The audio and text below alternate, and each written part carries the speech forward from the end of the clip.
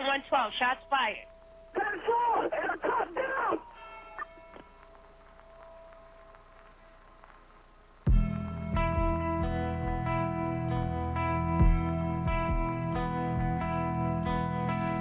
Man down, I'm bleeding out. There's no time, so please hear me out.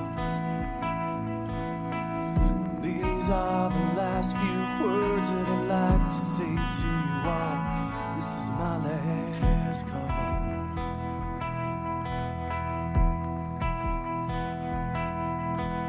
Tell my wife I love her and that I won't be home tonight. Thank her for those long, hard years that we tried to get it right. And tell her I'll be waiting after she makes it through it all. This is my last call. But ask her to forgive me.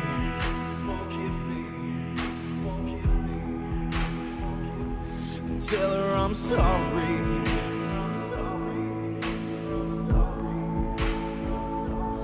That I can't be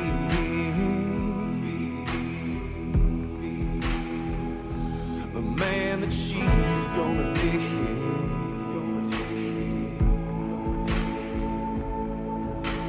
Tell her I'll be waiting where the winter meets the fall. This is my last call.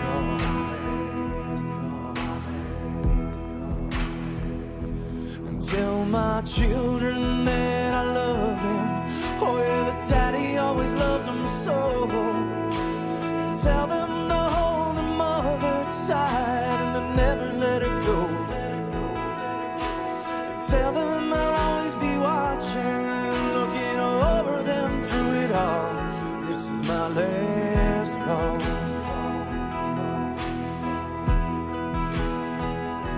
But tell him to fight for me.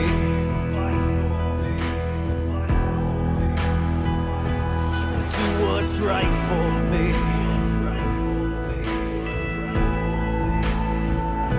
And choose the light for me.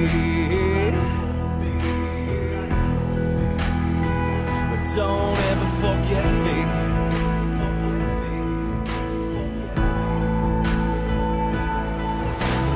Tell them I'll always be watching, and I'll be there when they fall.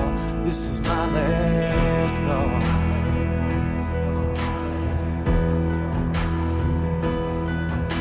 For those who served beside me and who held that thin blue line, stand tall, stand strong, and hold your head up high. I'm sorry I let you down today, but please know I gave my all. This is my last call.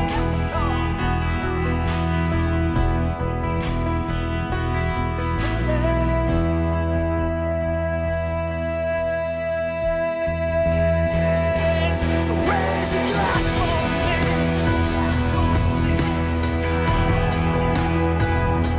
And kick some ass for me.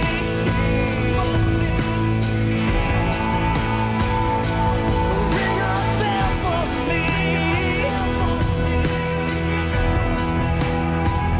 Send a flag to hell for me.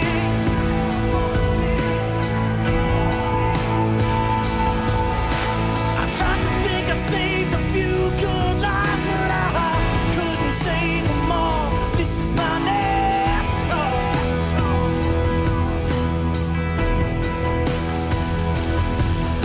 Yeah, I'd like to think I saved a few good lives, but I couldn't save my own. This is my last call.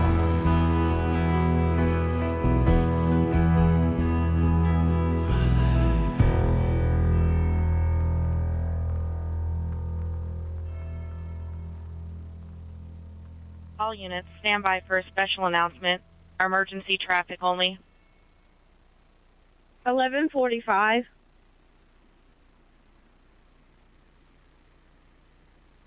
Prince William calling. 11:45. the final call for 11:45. Officer Ashley Gwendon, end of watch, February 27th, 2016. May you rest in peace.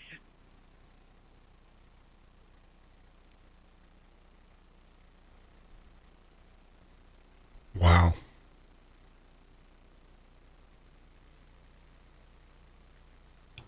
This is the Midnight Ocean Radio Show and Podcast. I am your host, Jeff Norton. That song, couldn't find a song for 9/11. Well, we found a few. But that song was written by a good friend of mine, David Bray. He was former lead singer for Madison Rising. So we're going to be doing all sorts of tributes tonight for those men and women, those families who paid the ultimate sacrifice on 9/11. Try not to be a bummer here, but that song always gets me, as it should you. But oh wow, not a way to start off a Friday night.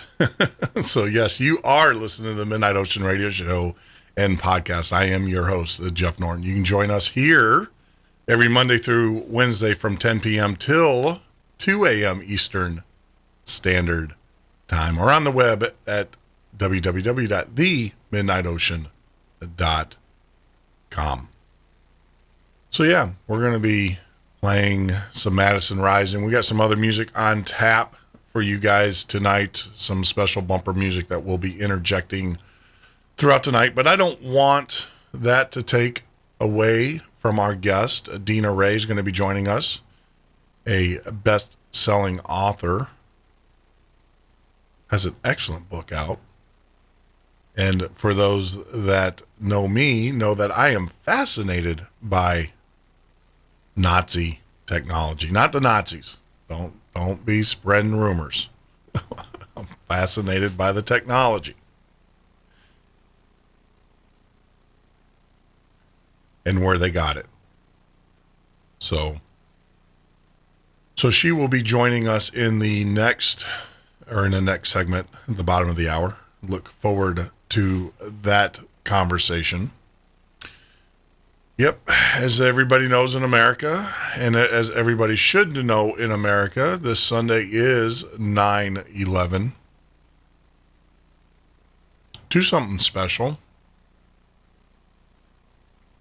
You know, we tend in this day and age, I'll put this microphone up, I don't even know why it's down. I know, at a conference today.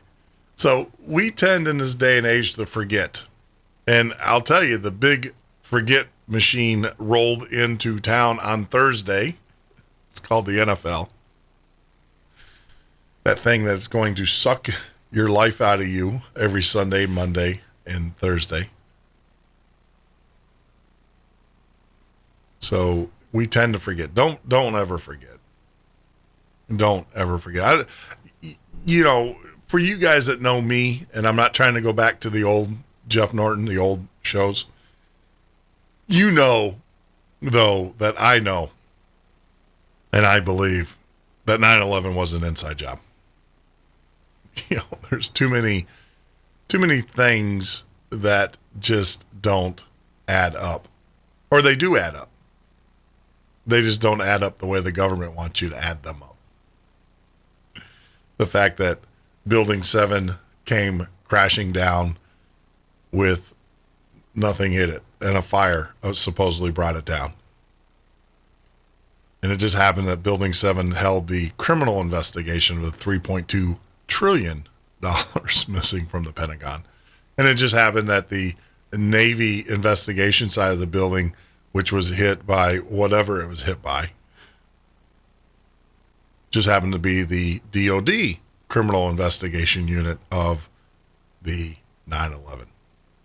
That's right. So Imagine that. Imagine that. So yes, I will tell you that I am one of those conspiracy theorists. I do believe 9/11 definitely was an inside job. And I believe that most of the operations that go on these days, if you notice that we went from a period of pure peace to a period of pure conflict almost overnight. One war after another, after another, after another. And it's the blood of our men and women who are actually suffering the consequences.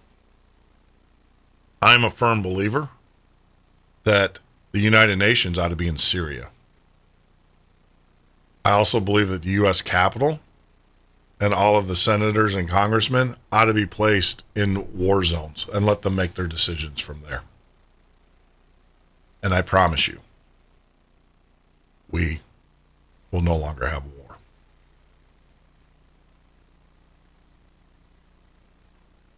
But enough of that. Like I said, I'm not trying to re-invoke the old Jeff Norton. But it is appropriate for tonight because we are also going to be talking with Dina. What's going to be really cool is that she's pretty well up to speed on conspiracy theories. Yeah. So we're going to cover a lot of things. Obviously, we'll probably start out with the Nazis, and then we'll go into government, big pharma. That's another area that she's a real big or a known expert in, is big pharma, big agriculture, big government, all of those things. So it's going to be a very, very interesting night tonight. It's going to be exciting actually for a Friday night. Normally we kind of tame Friday nights down a little bit, but this one here I think is we're gonna turn it up a notch. We're definitely gonna turn it up a notch tonight with our very, very special guest, Dina Rae. So join us at the bottom of the hour for that. I hope you guys have plans for the weekend. I know that I'm going to be out on Night Haven, aka SS Minnow. I found a guy who's willing to help me rebuild. We got 2 engines that were sunk when the boat went under, or when it was thrown up on the dock, but it went under when it came off the dock. So I have a gentleman who is willing to help me take those apart. So we'll be taking engines out. It's going to be quite a chore removing 2 large Chevy big block engines out of the boat. I think we're going to get it floating tomorrow too, which will be good. So she'll be floating. It'll be a little bit easier, but yeah, we're going to take it out piece by piece. It's kind of like, how do you eat an elephant? Well, you shouldn't eat an elephant anyways, but if you were to eat an elephant, you want to eat it piece by piece. And I also want to say tonight's broadcast is brought to you by Tim Hortons Coffee, the best cheap coffee you will ever drink. If you're within 500 miles of a Tim Hortons, I highly recommend that you go visit them and make sure you get a Danish as well. And talk about good news. I found out that there is a Tim Hortons that has opened up in Tampa, Florida. Yeah, they apparently were bought out, or they merged with Wendy's Corporation. So we're going to see a lot more Tim Hortons. And I believe that they're going to start serving Tim Hortons coffee at Wendy's. I'm not a big fan of Wendy's. I've always said heart attack in a sack. But I'll go there to drink coffee. It's well worth the heart attack. Well, I don't have to get anything else but their coffee. So thank you, Tim Hortons, for helping us get through the evening. I think tonight, though, is going to be Kleenex needs to sponsor us. We've got some pretty powerful songs lined up for the breaks that we will be playing throughout the night. So, wow. If you guys haven't listened to last night's show, that was incredible. Tell me what you think in the chat room. I am over here in the chat room. And for those that are listening to us for the first time, you can chat with us over on YouTube. That's the only official chat that I actually watch. I can't watch all the chats. So I know there's a chat client in Spreaker. I know there's a chat client here. The one that I watch throughout the show, and welcome Dan, welcome Kristen, welcome Sentinel. You know, we have quite a few. We have some that are hidden. I don't know. They are hidden. They're not willing. Terry, thank you. Thank you for joining us over there in the chat room. But if you'd like to join us or join the conversation, and I'm telling you, half the conversation is actually in the chat room. It's pretty interesting what goes on over there. We have some pretty good monitors. We have the Sentinel. He monitors. He rides a heavy ship. You know, he's a heavy hammer. So he will make sure that the vulgarity is kept to a minimum. That's the problem with chat rooms. Sometimes you get knuckleheads. You know, life's full of knuckleheads, and apparently because they're on a computer, their real nature comes out. But join us in the chat room there on YouTube. If you don't want to do that, then of course you can go to our website, themidnightocean.com, and there's a link in the bottom right hand. Well, if you scroll down in the menu items, right under upcoming guests or right before that, there's a chat. There, you click on that and you can see the chat, and you can listen to the show at the same time.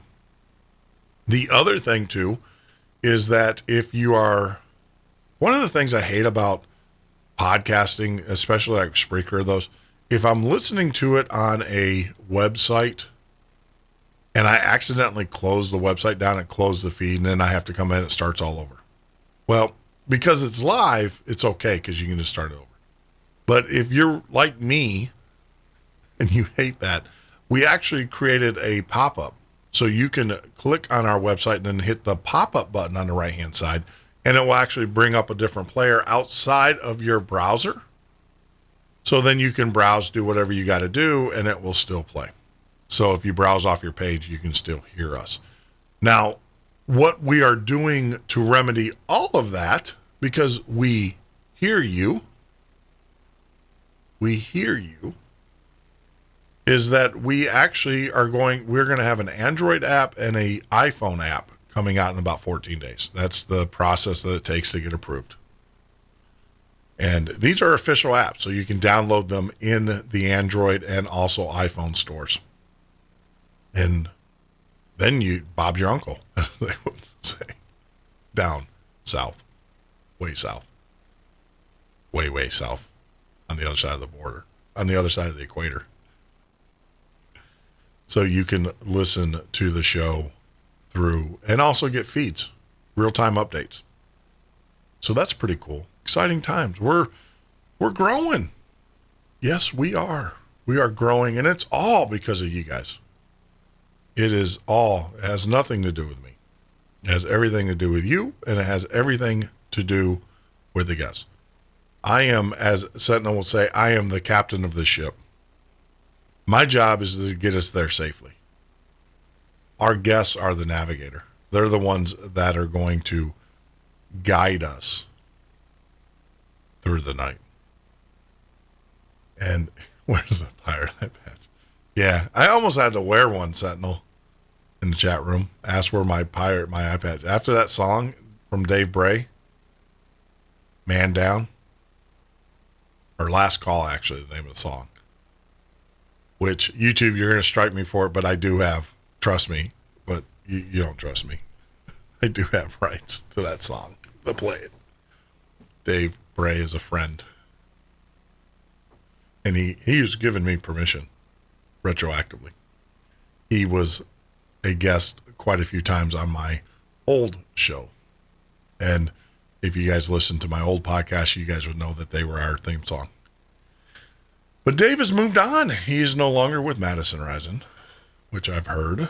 Kind of following him. He's been doing some things. Hopefully we'll get him here in the Florida area and we'll get him back into the studio. That'll be cool. Talking about the studio, give you guys some updates there before we head off into our first break. before we bring our very special guest on tonight, Dina Rae.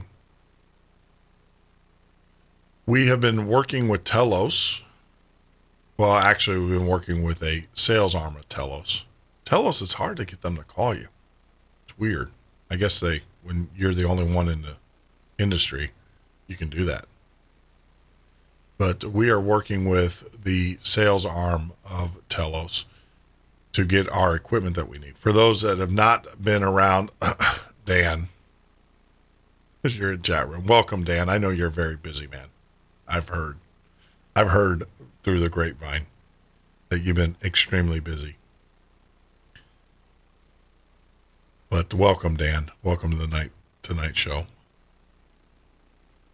But for those that don't know, we have aligned ourselves with a syndicator. They are going to syndicate us. It's already pretty much done. There are some things that we have to do on this end, i.e., we have to get some equipment here in the studio, some radio equipment. Most of the stuff that we do is all software, all computer-based.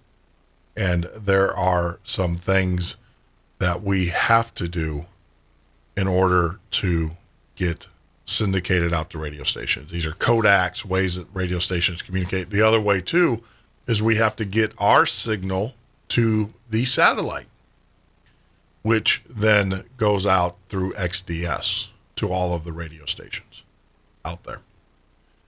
And what's going to be really cool is that we're going to be on the same network that syndicates ABC Sports.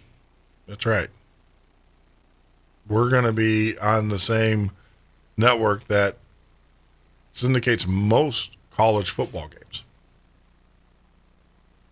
So we're excited. We're very excited. But like I said, there's some things we have to do. And it's okay. We'll do them in good time. I've been sitting here trying to think, take a loan, do whatever, because we're looking at, basically about $12,000 worth of equipment that needs to be purchased or procured. We'll get there. I was kicking around the crowdfund idea and stuff like that, but I think we'll just kind of do it the organic way. And that's just work harder. As my father used to say, what you ain't got upstairs, you make up with your feet. In other words, you work harder. And that's what we're going to do. But yeah, our goal is by January 1, we should be in all of the major markets. Well, we should be broadcasting to all the major markets. If they pick us up, that's a different story. But with that, it's been quite a week. We'll kind of wrap up here at the end of tonight. But wow, what a week of guests. It has been crazy with Planet X, talking about dreams, going into conspiracy, talking with Scott last night and McCartney Green. And then tonight we're going to be talking with Dina Rae. What a week. What a week for paranormal radio. What a week for the Midnight Ocean. And the only way that we could have done that is with you and also our great guests. And more importantly, we hit our 100 subscribers. So we are official YouTube partner. But this is the Midnight Ocean Radio Show and Podcast. Join us on the web at www.themidnightocean.com. Tonight, join us right here, right now. When we get back, we're going to have Dina Rae on the line, and we're going to be talking about her new books, conspiracy theories, government conspiracies, and the like. But don't forget to tell your friends every weeknight from 10 p.m. to 2 a.m. right here on the Paranormal State Radio Network. This is the Midnight Ocean with Jeff Norton on the Paranormal State Radio Network.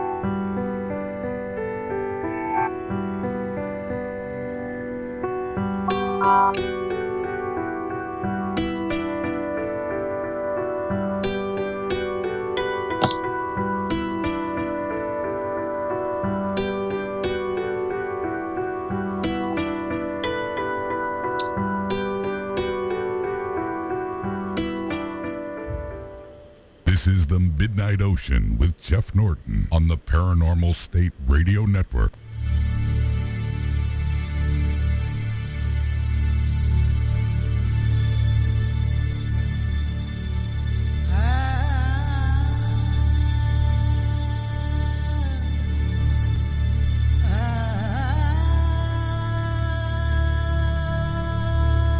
That is right. You're listening to the Midnight Ocean Radio Show and podcast. I am your host, Jeff Norton. You can join me here every weeknight live from 10 p.m. till 2 a.m. Eastern Standard Time, or on the web at www.themidnightocean.com. Of course, you can find us on Facebook by typing in The Midnight Ocean.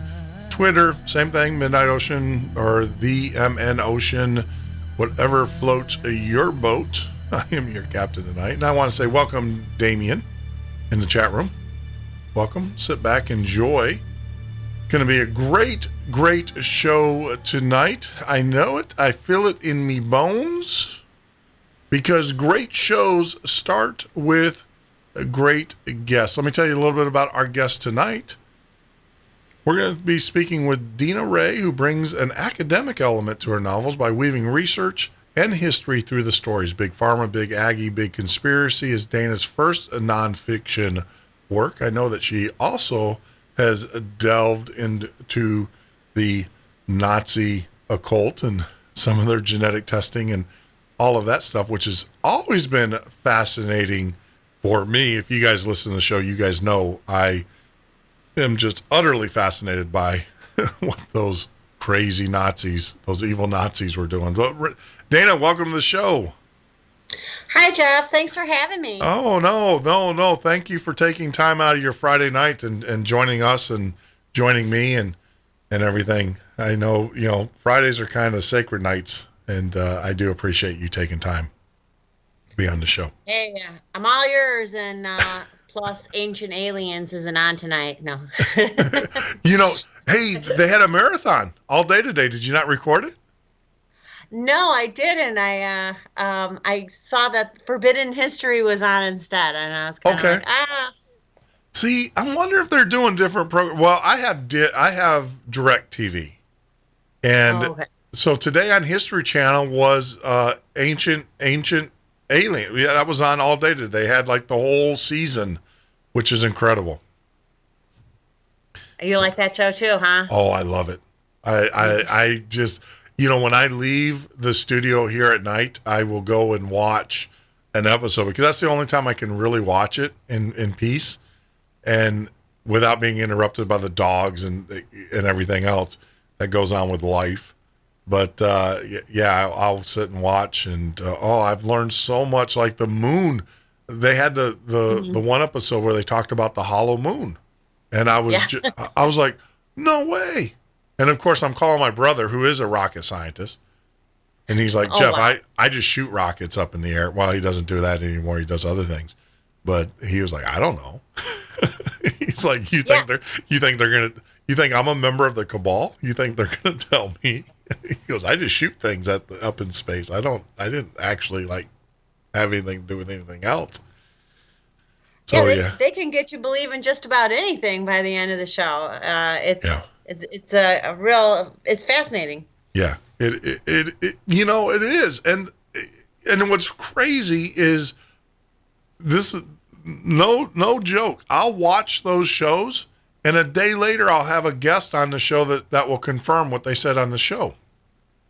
And I don't know if this is because we're watching the same thing or if it's, but it's strange, because I watched the episode on the Hollow Moon, and I had a gentleman, Five Feathers, a shaman on Monday night show, and he was like, yeah, the moon's hollow. And I was like, wait, I just heard that. I just watched that episode the other day. So it was weird. I don't know if the higher powers are conditioning me to, to be prepared for the show or whatever. But it was just amazing. Usually what I watched on that show, we talk about the following day or a couple days at least, a couple days later. So I was listening to your introduction earlier in the show, and I know I'm in good company as you described yourself as a truther with 9/11. So You are in good company. I think we're in the same circles here. You know what? This is what's really. This is what I'm. All right. So I have the opportunity because of what I do. I have the opportunity to talk and meet with a lot of people, and these aren't people that are normally conspiracy theorists, and people that I would never think that were, conspiracy, as I do the bunny ears on YouTube, conspiracy theorists. When I talk to them, these are straight-laced bankers, businessmen and stuff. They all come back and say the same thing. Oh yeah, something happened, but it's like, but we just don't talk about it. And it's amazing. I would actually say that if you really sat down with 100 people in a room, you would get 90 that would, kind of like Kennedy, the assassination of Kennedy. You'd get about 80 to 90% say, yeah, there's something hanky going on. Yeah. And I think the same thing with 9/11. And then when you give them the evidence, you say, look, let's just lay it out here. The criminal investigation, the civil criminal investigation building was in Building 7. The DOD investigation was in the Navy.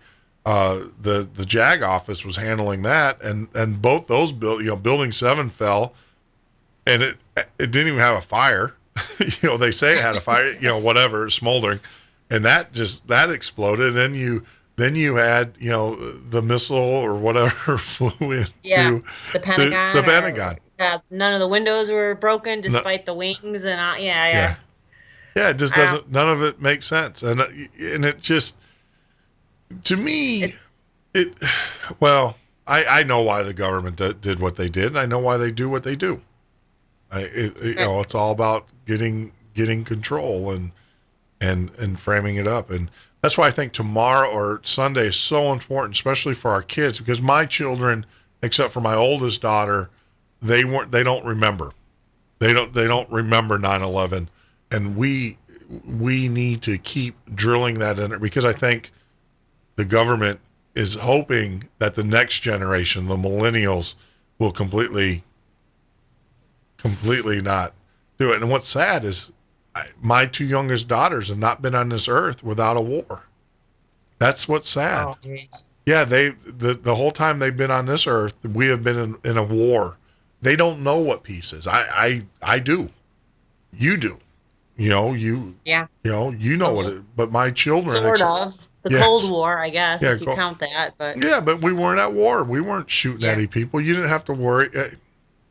I know you had to worry about getting annihilated by nuclear warheads, but I don't think that was really a big issue. I think that was big guys thumping their chests. No, I mean, none of us ever once looked around at the airport looking for a certain kind of person, wondering if this was it. And now, I'm afraid of admitting it, but I'm got my antenna up. You have to. I mean, you have to. And look, it's like this.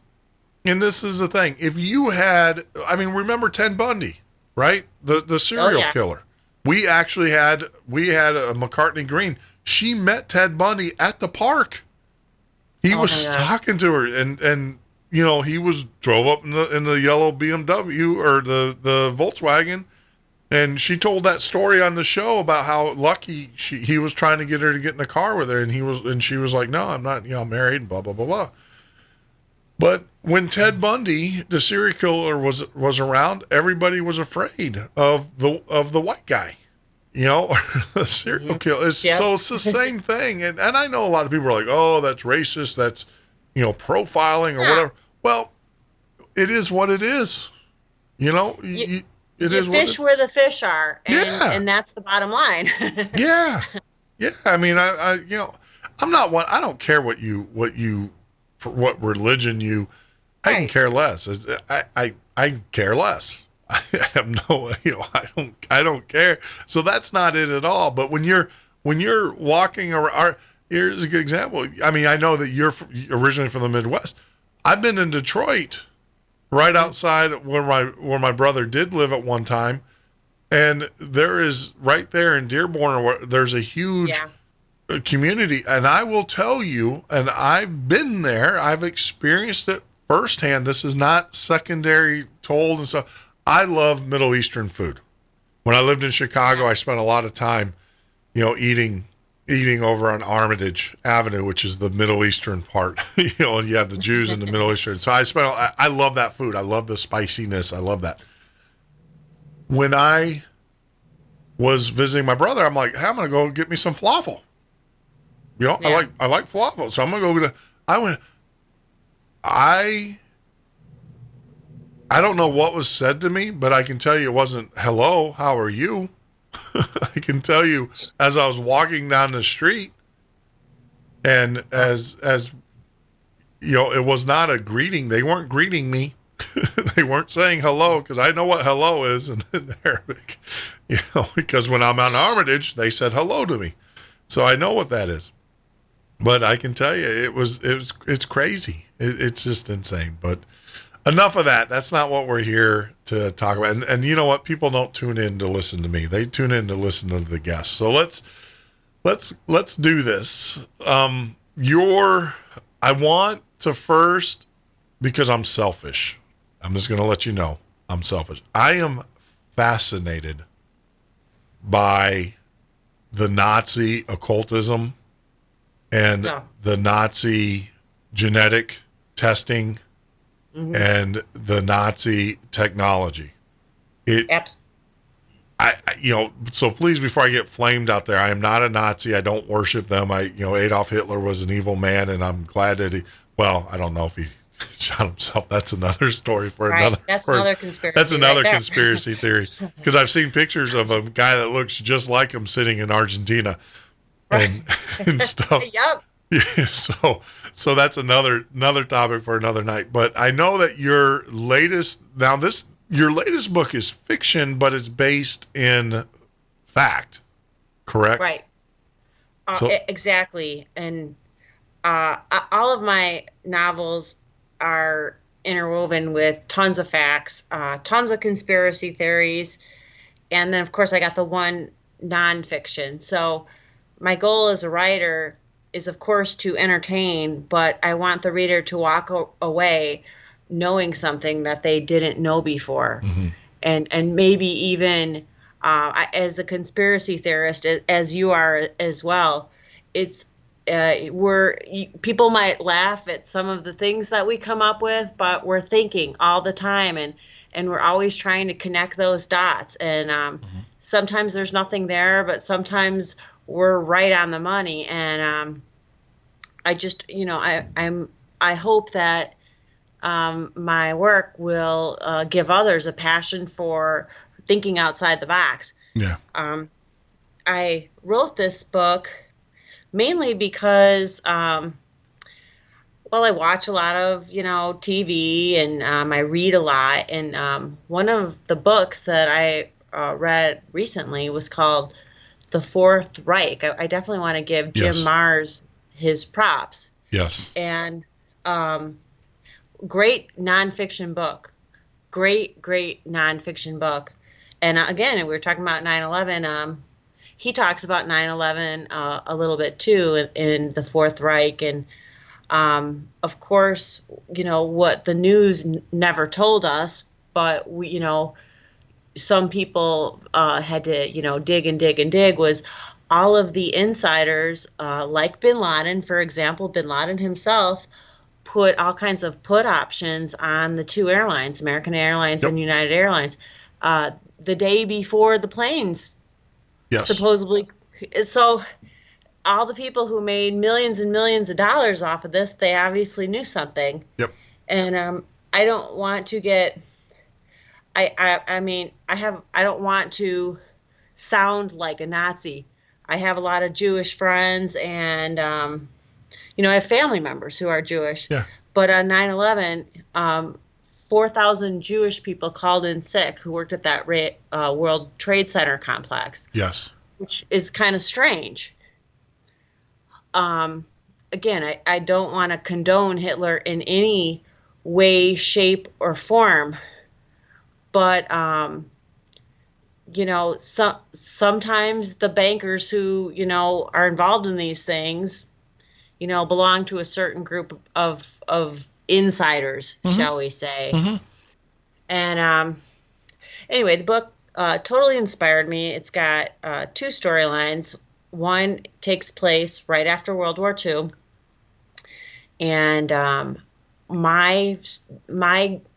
as you probably already know, after World War II, they had what was called Operation Paperclip. Correct. And we took the best and the brightest German scientists, and they did not have to go to war crimes. They did not have to go to Nuremberg. They didn't spend a day in jail. In fact, they came here and they changed their names, gave them a new identity, and gave them a great job working at NASA, for example. Yes. Von Braun is probably the most famous Nazi that we took. Yes. Well, in my book, the Nazi is not a rocket scientist. He's a geneticist. And my general in my story figures out when he breaks into the underground prison camp that this doctor is onto something big. He knows about genetic splicing and all of these kinds of things that weren't invented yet. So on a whim, he takes his Nazi back to the States and immediately starts his own operation, which is called Operation Chrome. And that's not an accident. I was, of course, thinking of Google. And he, shortly after, there's the Roswell crash, and he gets hold of the aliens and the parts of the spaceship there, and it goes from there.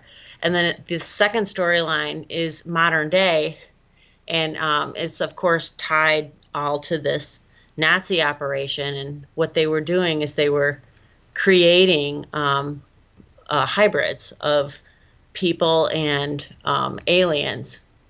Now, I'm working on the sequel right now, which will be called The Sequel.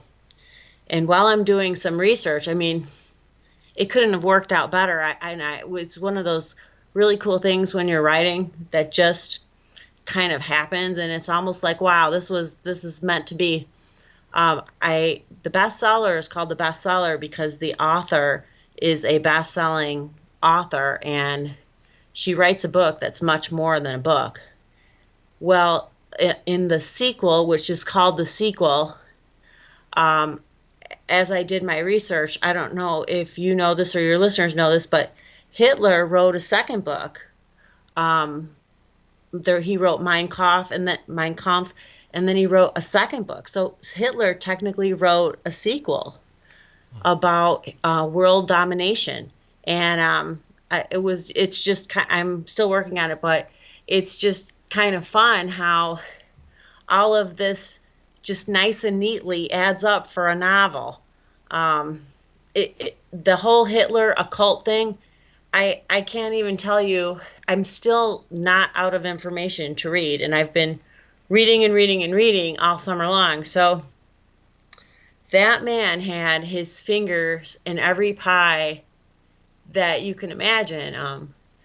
Genetics, rocket science, spirituality, ESP, aliens. He had his soldiers were crystal meth heads. He just didn't stop. And he is truly the most evil comic book character that we know about in modern history. Yeah. Yeah. Well, like a lot of people don't know, a lot of your medical journals, I know that there's lawsuits going on right now. Oh, I'm getting an echo. I guess there's lawsuits going on right now where the medical journals that you have the autonomy, the drawings that are out there in these medical journals, a lot of them were done in concentration camps. They were done by Nazi artists as these doctors dissected these human beings alive, the Jews, and they did this, and I know that there's a huge lawsuit now being filed by the family members who are saying that, remove those from our medical journal. I mean, you pull up a Merck manual, which is, standard reading for most physicians.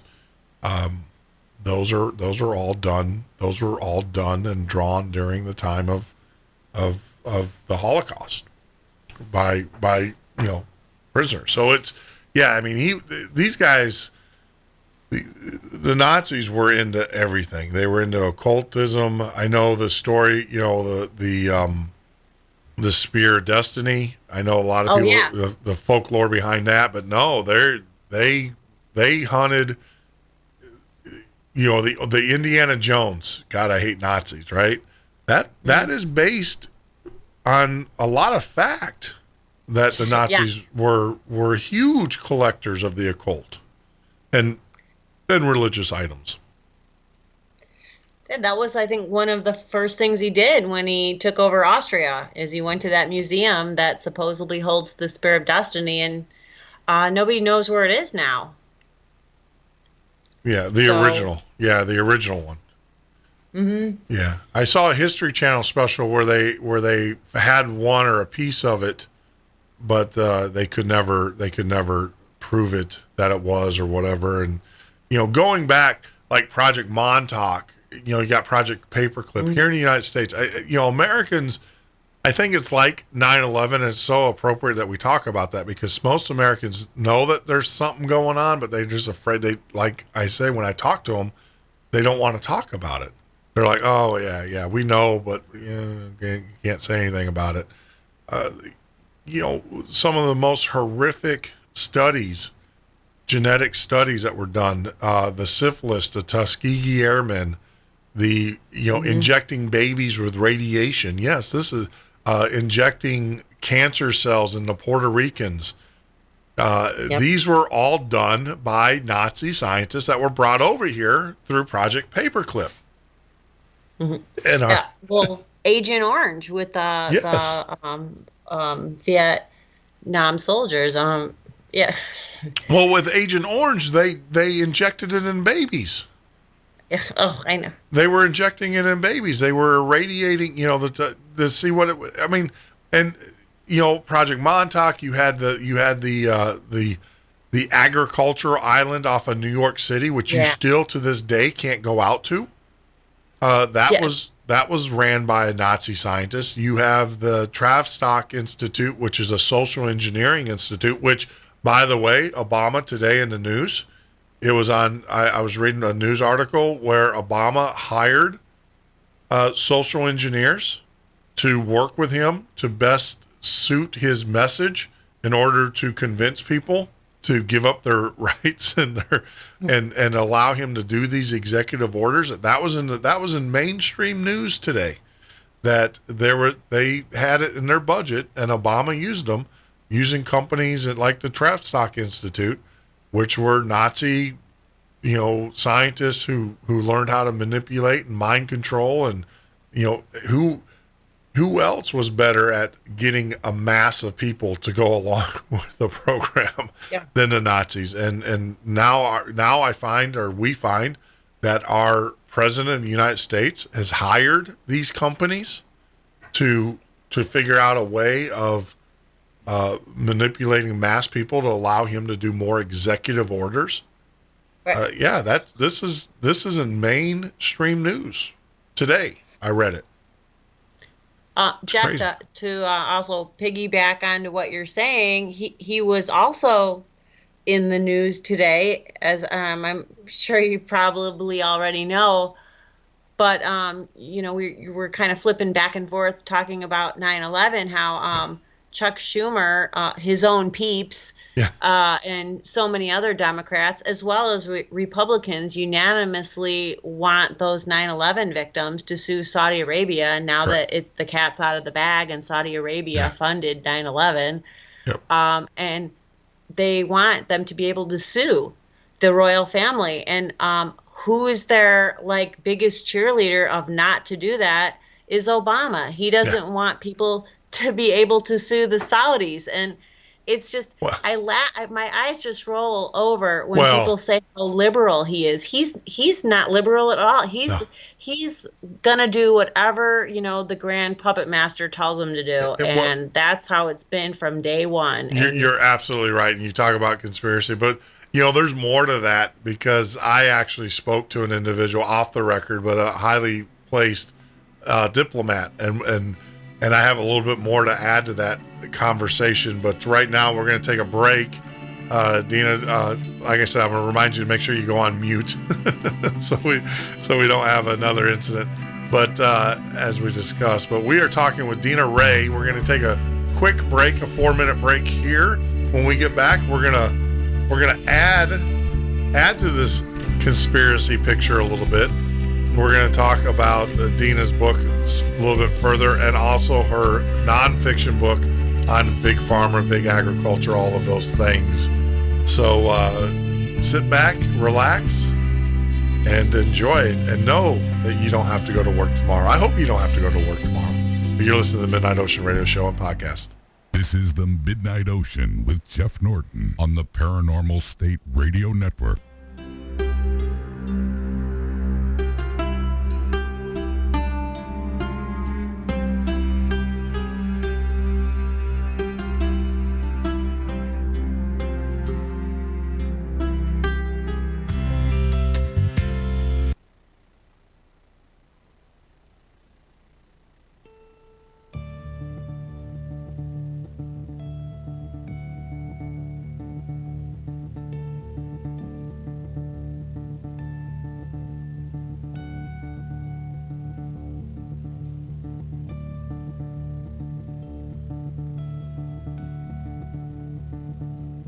Oh, say, can you see by the dawn's early light what so proudly we hailed at the twilight's last gleaming, whose broad stripes and bright stars through the perilous fights, oh, the ramparts we watched were so gallantly streaming, and the rockets red glare, the bombs bursting in air, gave proof through the night that our flag was still there. Oh, say, does that star-spangled banner yet wave o'er the land under the fray, and the home of the brave?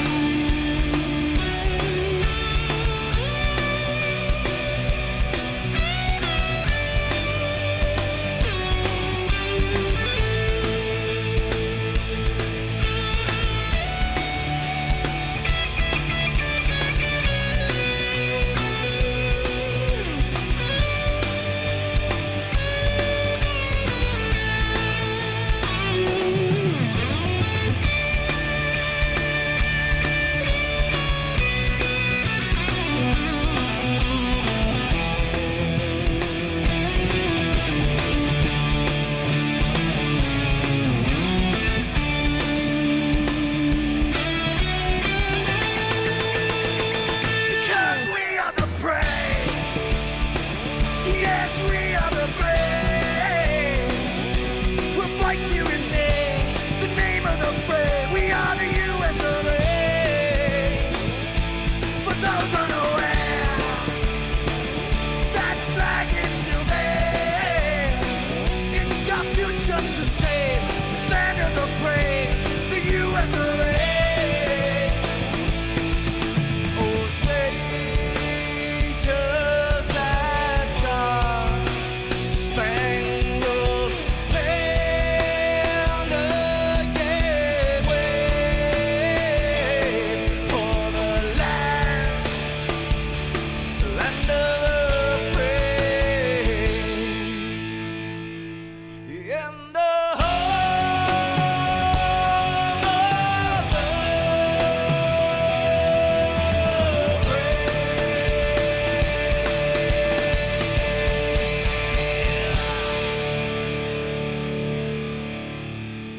That's right. That is Madison Rising. There. I have to agree with you guys in the chat room. That is the best version of our national anthem. You know, I know, and you know, especially with what's going on in the NFL. What do we care? Why do we care what a person who gets paid $13 million a year to bash his head in? What do we care? Let him protest all he wants to. You know, and to be honest with you, I do understand his right to protest. He has every right, and they do. Anybody does. You have the right. It's freedom of speech. You definitely have the right to do it. You don't have the right to destroy our flag, though. But he didn't do that. Don't even mention his name. Those athletes' name. But don't expect certain individuals in law enforcement to come and protect you. It's a two-way street. You show disrespect to the men and women of the military. And the other thing, too, where else in the world could an individual like that with his educational or lack of education make the kind of money that he makes? It's only in America. And I find it is disrespectful, the fact that he does not realize that or recognize that. And he forgets that. And he got an agenda, though. But of course, our president is going to help enforce that agenda. Once again, these individuals are encouraged by the words of the president instead of discouraged. And this goes to show you the complete and utter disrespect that our current commander-in-chief has for the law and those that upheld the law.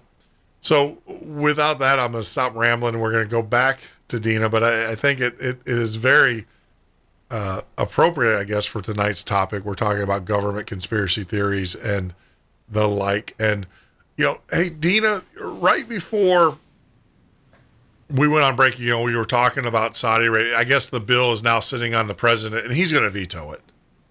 Right. Yeah, he's going to veto it. But this is the thing, though. And, how do I say this? We're playing chess here.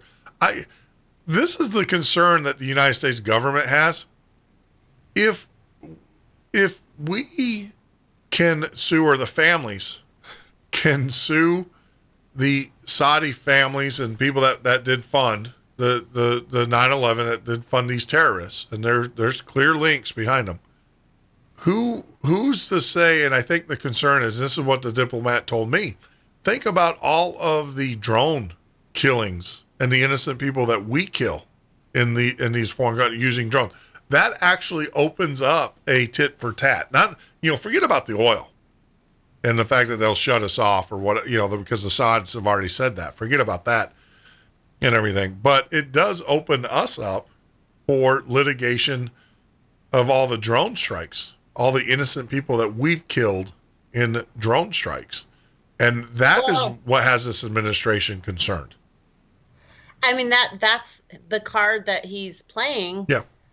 But, you can argue about this all day. The 9/11 was unprovoked. Our drone strikes, you could argue, were an act of defense.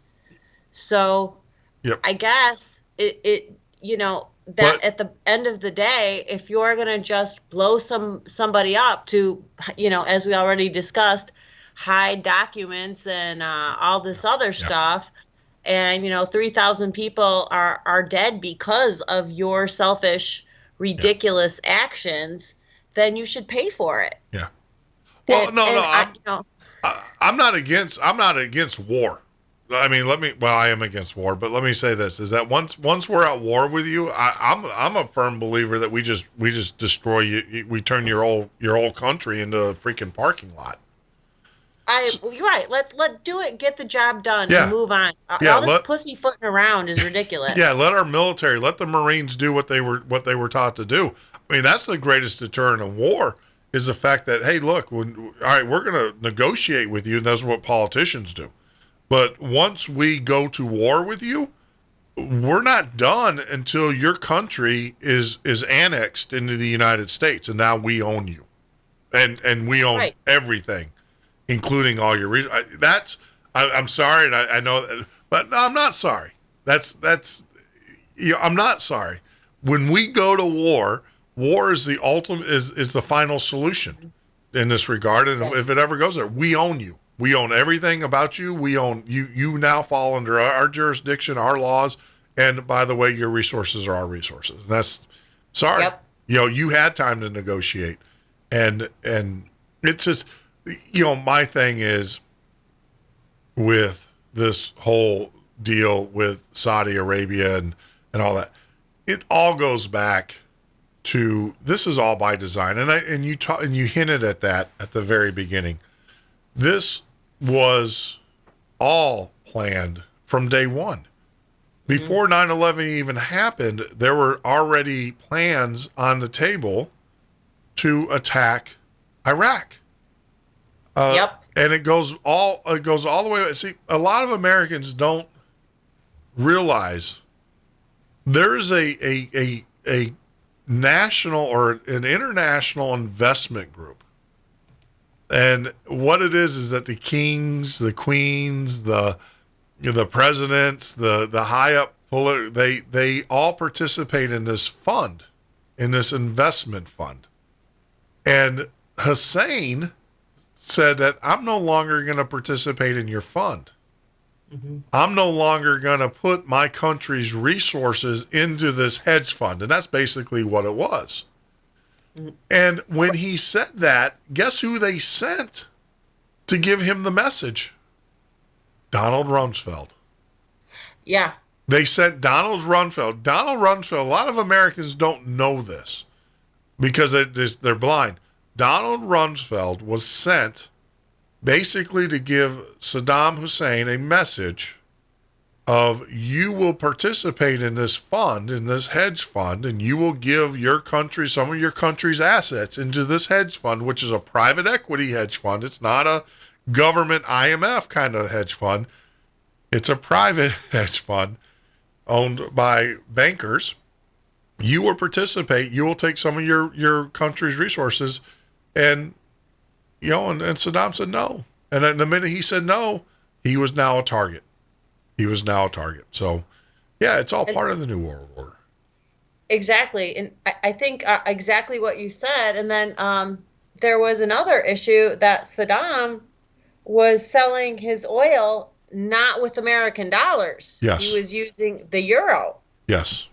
And I think Bush Senior, had a heart attack about all of this. Yep. And they used the whole Kuwait pipeline thing for the first reason to go there. And then, they needed a second reason to finish the job. And I mean, I don't know about you, but I remember crystal clear when this whole thing was going on, and the media would use Osama bin Laden and Saddam Hussein interchangeably as if they were the same person. Yeah. And I'm telling you, the average American didn't know the difference. Yeah, and one was Shiite and the other one was Sunni, and they hated each other. Right. They had completely different views of their whole religion. One was Shiite, one was Sunni, and absolutely, they weren't, and they did. It's just. And that's the greatest conspiracy theory. I mean, a lot of people would say that Kennedy, the assassination of President Kennedy, I think the assassination, that's a great conspiracy, but that's what started it all. I think that was the one that really started it. And then I think that proved to the powers that be, the New World Order, the cabal, and everything, that they could actually get away. They used the power of media, manipulation, and all of these things. And they were able to pull it off. And now they have their focus is on the internet because they realize now, I mean, the internet, they can't pull it off as quick, as good as they used to be able to, as easy as they used to be able to, because we have this thing called the internet. And you have independent people. It's like, no, that's not what happened. Here's the video. I have the video. I have here, thing. And it's just, and now they're trying to get, what is the first thing Obama does? He unloads the domain name services, the ICANN services off to the United Nations. That's where it's going. So the United Nations now can control the internet. Mm-hmm. The FEC is now saying that they want to now control the internet as a regulated. So my show, I will have to follow the same FCC guideline, and I do for the most part. But then again, if a politician wants to come on my show and put his propaganda out there, I have to allow him. That's the part I don't like. But that's a lot of people don't realize that. If you're politicians, there are laws and there are regulations that if a politician wants to spill his story or his propaganda, you have to give him airtime. And it's just, that's what we're up against. And this all came about, and I'm going to tie it back to your book.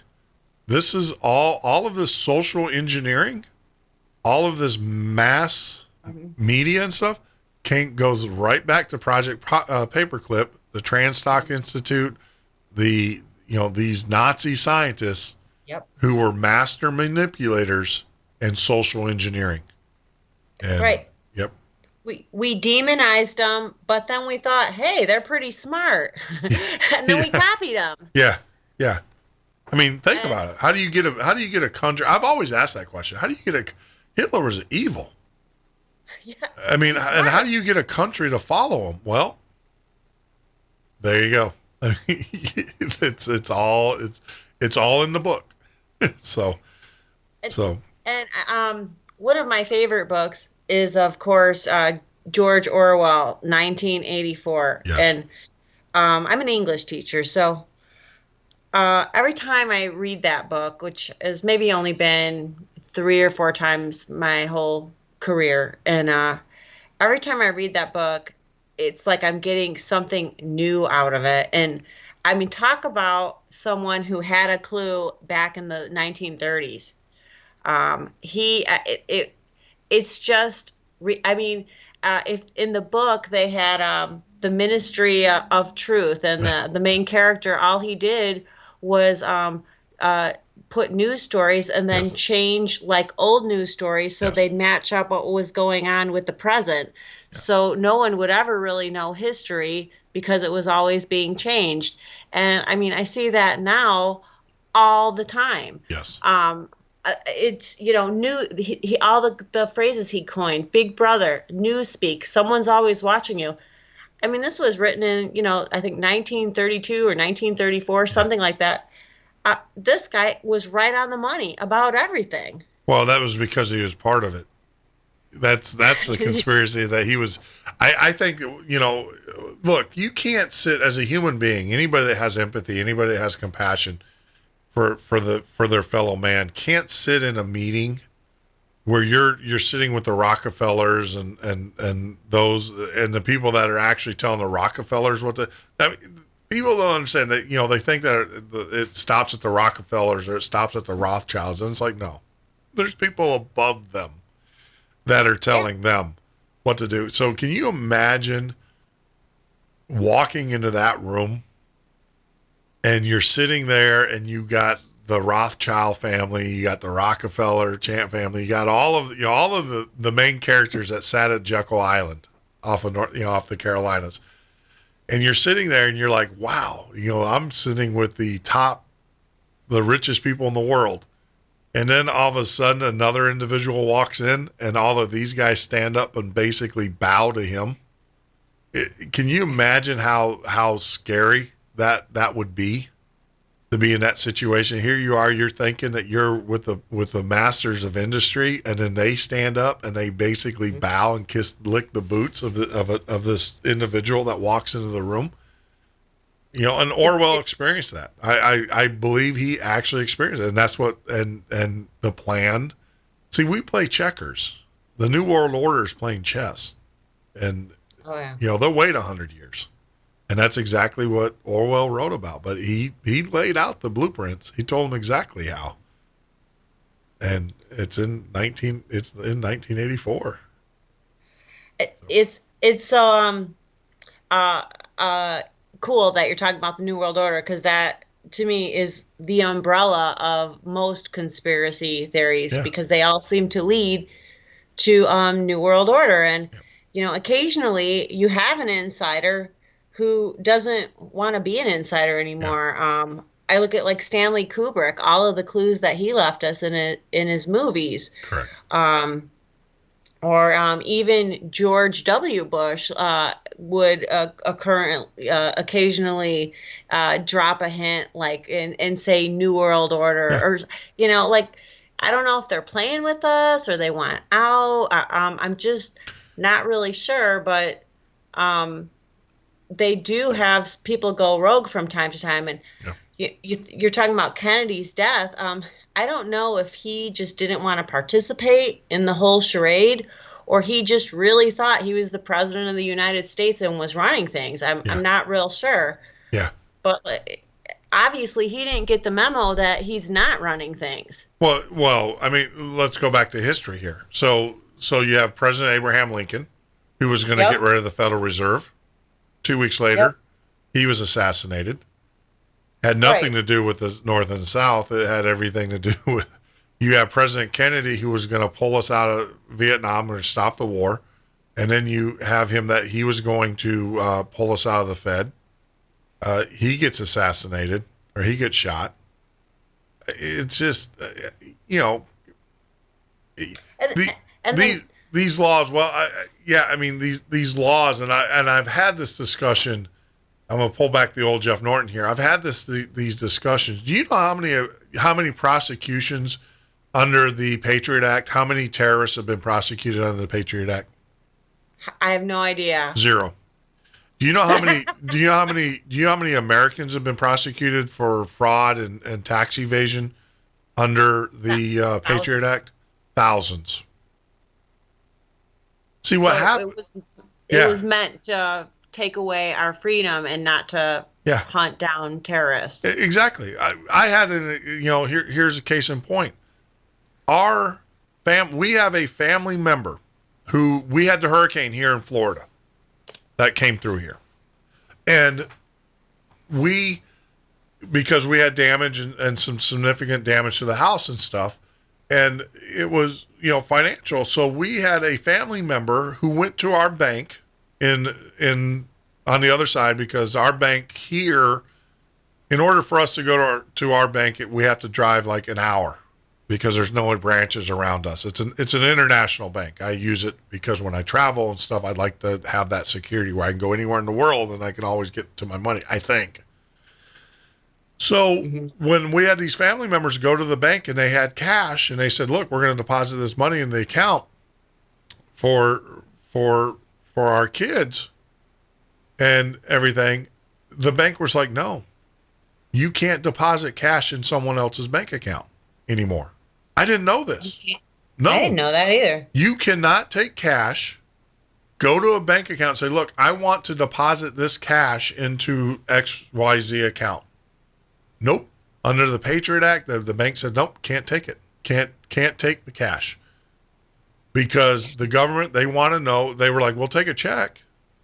So write out a check for the amount, for the same amount, but we can't take cash. There's a paper trail. Exactly. So these are the things and that was under the Patriot Act. What does that have to do with fighting terrorism? I mean, seriously, I know they're saying, well, you launder money. Look, that law is not to catch terrorists, because you think terrorists are going to walk in with duffel bags of millions and millions of dollars into a local branch and say, I want to deposit this money for my cousin Akbar Allah Jr. whatever. No, it's crazy. They're going to go to the Cayman Islands or someplace that's friendly. Oh, they're going to call their cabal banker and say, hey, look, I got a couple $1 million I need transferred. I'm going to bring it over to your house. Can you make it done? That's what they're going to do. And the banker's going to say, yeah, I'll do it, but it's going to cost you 10%. Okay, that's fine. That's how. So these laws have nothing to do with terrorism. They have everything to do with you and I. Yeah. And people need to wake up. And this all goes back to, like I said, look, the greatest conspiracy. Do I believe airplanes flew into the buildings? Absolutely. Without a doubt. I believe airplanes flew into the building, into the towers. Pentagon, I don't know. that one, I'm saying towers. Pentagon, I don't know, because I never saw it. I never saw it, and the government can release it and just say, "Boo." But what I do know is that they have the manufacturer of the jet engines that supposedly were on the airplane, and the company that made the jet engines for that model of airplane, like, that's not our turbine. Yeah, same with the things on the wheel, like the hubcap of the plane wheel. Yeah. They didn't match the supposed jet. Yeah. So, and you would think the manufacturer would know what kind of engines they're putting on these planes. And look, you don't swap out jet engines. You don't go, oh, I'm going to use a Pratt Whitney this week, and the next week I'm going to use a Rolls Royce, or I'm going to use a GE. No, they're not. It doesn't work that way. But it was sloppy, or what? Yeah. Or maybe it wasn't. Maybe it was left for a clue. Somebody was pissed off or something. Yeah. Who knows? Yeah. And now you got airplanes, and everybody's like, well, how could a pilot do that? And now you're finding out that our government's flying, these drones, and they are flying 747s remote now. They can actually. There was a special on that where they can actually take control of an airplane. The newer airplanes, they can take control of them and fly them. It's just, it's the ultimate conspiracy. But how are they getting away with it? That's the question, and it goes right back to your book and everything. Is that they're using the techniques and the lessons that the Nazis learned in mass social engineering and manipulation. I mean, it's crazy. If you want to know how they're getting away with it, go back and read how the government's doing it. And you talk about genetic engineering. Let's talk about a little bit of that in your book. How much of that is based on fiction and nonfiction? How much of the genetic engineering portion of your book is? Well, I did a ton of research on the genetic engineering. That science is not my strongest field. So I did a ton of research on how you can make a hybrid person, and a lot of research on DNA was supposedly discovered in the 50s, but then there's many conspiracy theories that they knew about it for decades before it was announced to the world. Just like just about everything that we have, everything, anything worthwhile discovering or being invented, our government uses first, and then decades roll by, and then it's introduced as something new to us. So it's very possible to, and in fact, we do it with food. We're doing it with salmon. We're doing it with quite a few things. And in other countries, there are no restrictions. In South Korea, for example, if you want your favorite pet dog cloned, all you do is send in some tissue samples, and voila, they'll whip up your favorite dog who died up in a lab for you and you have a puppy again. Yeah.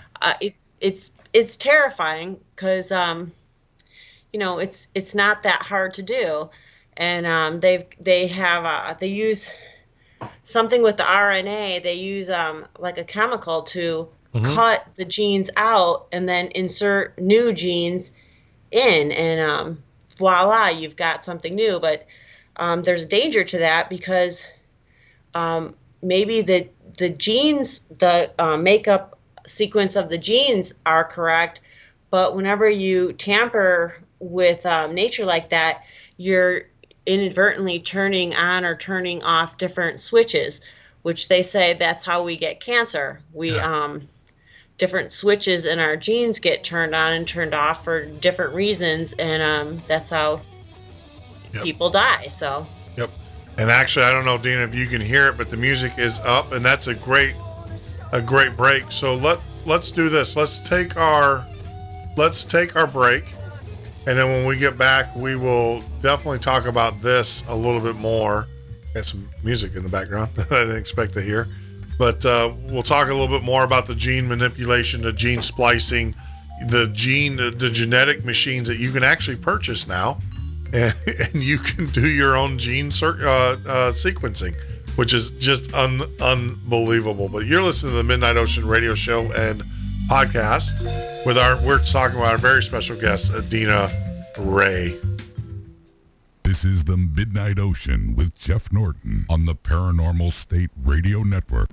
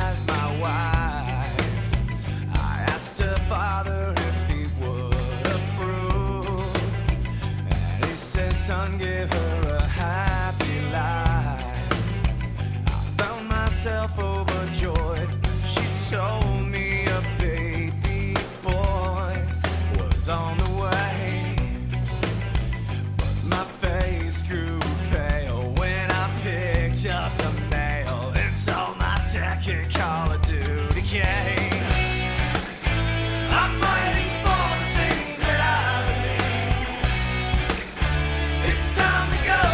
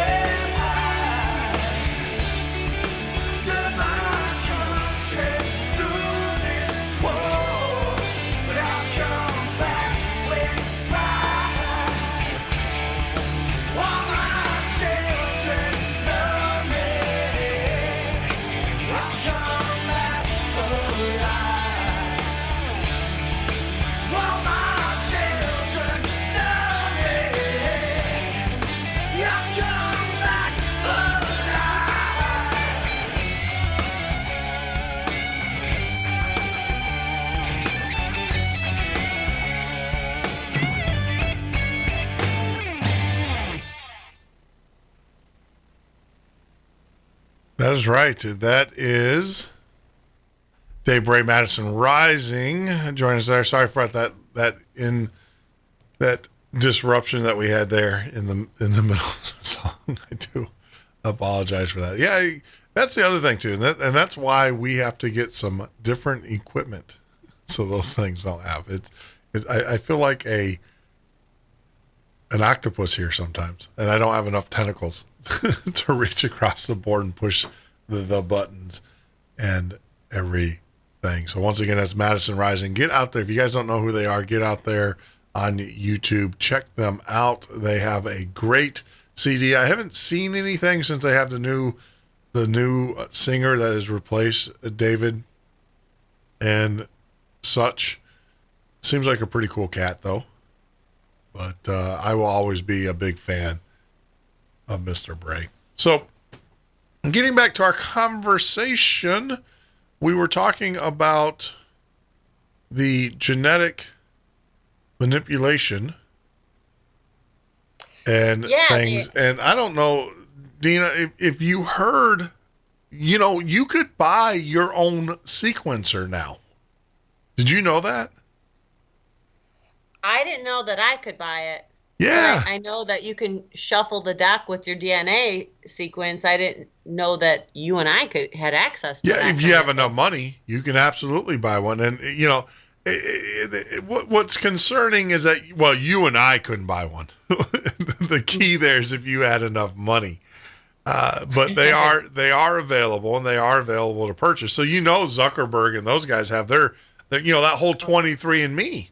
That's Zuckerberg's wife runs that company where you voluntarily send in your DNA and you get back your ancestry or your lineage. But then on top of that, they now have a record of your DNA. Right. It's the old Facebook model of the most private thing that we own, and that's ourselves. And we're volunteering to give it to New World Order elites. Yes. And paying for it. Paying for it. Yeah. Well, back, when Facebook, and I challenge our listeners to go and do the research. I'm not going to do if you listen to my show, I say this quite a bit. I'm not like, you're an English teacher, so you tell your students this. I'm not doing your work for you. Go out there and do it yourself. But the thing is when Facebook came about, their number one financer was the CIA. Was the United States government. Those were the angel investors that got Facebook off the ground because someone in government said, well, we can't do this. We can't gather and do all this data mining on people, but a company can. And so now they have cross-network, cross-links because of everything that's in Facebook and that we openly and willingly give them. Do you not know? I don't know if you know this, but the IRS looks at your Facebook account. Yeah, I've heard that. I've definitely heard that. And yeah. I don't know about you, but I have a fake Facebook birthday. I think I put myself down as 120 years old, something like that. What I don't get is half the people I'm friends with are putting the real date and the real year down. Yeah. They're pretty much giving their social security number. I don't understand why you would do that. They're giving their address. I mean, what college they went to. Yeah. I don't get it. Well, I don't mind that. I mean, because anybody can find that anyways.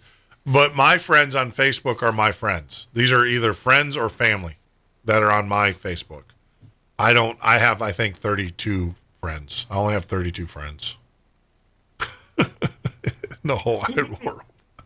So... But anybody can see your page, right? Oh yeah. But they can do that anyways through the. Trust me, when you do these types of shows and everything, people will go through great lengths to find out where you live, what you do. I find out things about myself I never knew from people that supposedly know more than me, and it's funny. I just chuckle and laugh. And I've always said, look, if you want to know, because I can say, this is what I did. I took my lowest points in my life, the bad decisions and the bad practices that I did in my life when I was younger, and I use it as a ministry. And so I was like, yeah, go ahead, pull it up. Because I'll just show you. Yeah. I'll just show you how I learned. I made the mistake, and I grew from it. I asked for forgiveness, and I followed up with true redemption. I just didn't ask for forgiveness so I can go off and do it again. I actually said, well, no, this is a big mistake, and I made these mistakes, and it's part of my ministry. So go ahead, dig it up. Have a good day. Have a fun time. That's I totally get where you're coming from. I'm certainly not a perfect person anyway, and I don't go out of my way to be private to hide anything. I feel that after a while, our business is our business, and when people are putting their business out on the street, I mean, I got some friends and. God bless them, but they drink way too much. Yeah. And they are posting a picture of themselves 2 or 3 times a day with a drink in their hand. Yeah. I'm thinking, if you ever need to get another job, well, this certainly makes you look bad when your company goes on your Facebook page and sees that every single day that you're drinking. Yeah, yeah. Oh, absolutely. I mean, they do. Companies go on that. I don't have a link. I have the Facebook. Oh, I've already had people who I do business with who are like, "Oh yeah, you do that crazy stuff, that crazy paranormal stuff." And it's funny because it's really funny when I did the political stuff, I know I was dinged for that. I know for a fact I was dinged in the business world and the business community for that. And now that I do the paranormal, I actually turn it around because they come back to me and they're like, "You do that crazy paranormal stuff, don't you? I've listened to your show."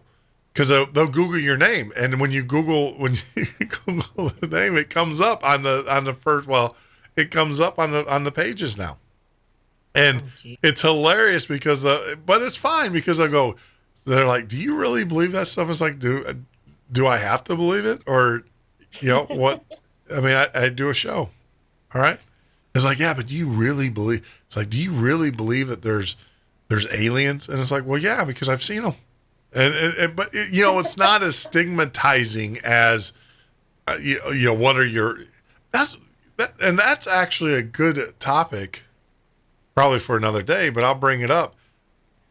There are fights with this election that's going on, family fight. They're talking about it in the news where people are like unfriending each other.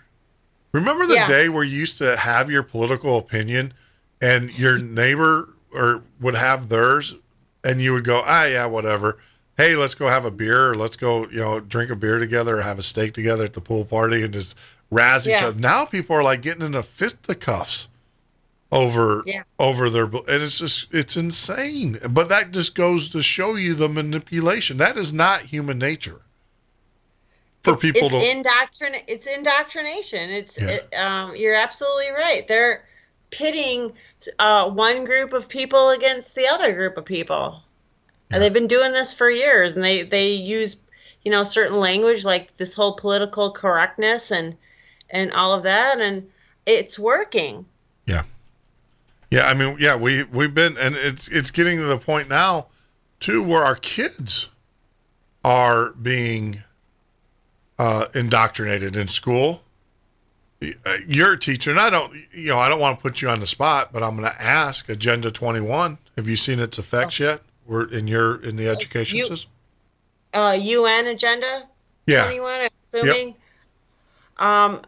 No, not so much in the education world, but I see the whole, how they don't want you to own your own property thing. That's I mean, you watch any TV channel and they've got all these commercials for reverse mortgages, and they show old people like, just get a reverse mortgage on your house and you'll have money. And I'm thinking, yeah, but your kids have nothing because your house is now owned by the bank. And it's incredible to me.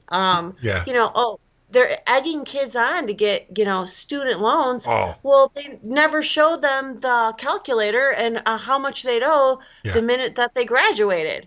Yeah, so and you're a bad parent if you don't shell out $200,000 for your kids to go to school. You're an evil parent.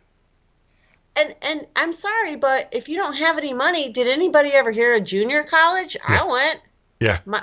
I mean, the transfers to most schools. I don't know. They want us not to own any property. That's Karl Marx. I mean, now I know I'm getting off the Hitler kick and going straight for the commie, but you want to control a large group of people, you can't give them ownership of property. That now they have a say in things like their taxes and whatnot, and their schools, and you got to get rid of that. And that's the thing. You're absolutely right with the reverse mortgages. A lot of people, they're wiping out generational wealth that was normally passed on from one generation to the next is being completely wiped out and is being owned. And I had this conversation with one of my daughters who is taking out loans to go to school, and I told her, I'm like, well, what do you want to be? Well, I want to be a childcare, and that's admirable. I mean, really, that's admirable that she wants to work with children, and I'm very proud of that fact. But I sat down with her and I said, well, let's do the math. Let's do the math. I said, Right. All right, so a child care worker, person who works with children, probably their average mean income is about $34,000 a year. You're going to go to a 4-year college to get a degree in early childhood development. And it's probably going to go 5 years because most colleges, as you get into your senior year, you can't get the classes that you want to get the graduate. So you're going to go year number 5. You're going to spend about $25,000 a year. So that's $100,000. So you're going to spend $100,000 so that you can get a $34,000 a year job. And that's if you're lucky. That's if you get a job in childcare, in early childhood development. And it's just and they indebt these people. And then she was saying, well, I'll get grants. And so I was sitting there going, okay, so we were talking about the grants. Well, then we had the conversation where she told me who she's going to vote for. Hillary? Because all debt. because if you don't vote for them, you're not going to be able to get those grants. You're not going to be able to get that subsidy, that check. And it's like, that is social engineering at its finest. I mean, look at that was Obamacare. When Obamacare came out, I said, forget about Obamacare. Who cares? It's all going to be about the next election cycle is going to be, if you don't vote for us, you're going to lose your health care. Well, I mean, I already lost it. Don't keep going on healthcare because I will have arguments with my mom. She just doesn't get it. Yeah. Okay. She seems to well, Medicare negotiates and Medicare. I go, Mom, Medicare negotiates, yeah, but do you think that the doctor's really going to take a pay cut because you have Medicare? He's going to get another patient that doesn't have Medicare, and he's going to charge the insurance company 10 times more than he charges you to make up the difference. These people aren't getting poorer because of Medicare. They're making up the difference with other insurance. Yeah. And she just doesn't get the whole money thing. Yeah. And I don't know what it is, but it drives me crazy that people seem to think, doctors and big pharma, the pharmaceutical companies, all of them are just going to, they give all this money to Washington. They're just going to roll over because Obamacare is now the thing, and they're just going to lower their prices so everyone can live happily ever after on really cheap health care. Nope. Obviously, they're not. And they pay Washington way too much money so they don't have to. So why would Obamacare solve any problem? It was a shifting, and I've said this, it was a shifting of the financial burden onto the taxpayers. It's a tax is basically what it was. Because the only people that have benefited from Obamacare are the people that didn't have insurance to begin with, or people that the government was paying for all along. And it's just a shift. I mean, it is what it is.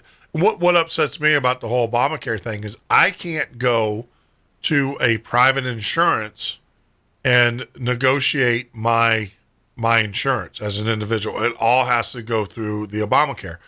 And we have a scenario without getting into it, but Sandy is a good example. Sandy, she doesn't work. She's a stay at home, never had to work. And here in Florida, if you don't have it, well, it's Obamacare. If you don't have an income, you can't participate in Obamacare.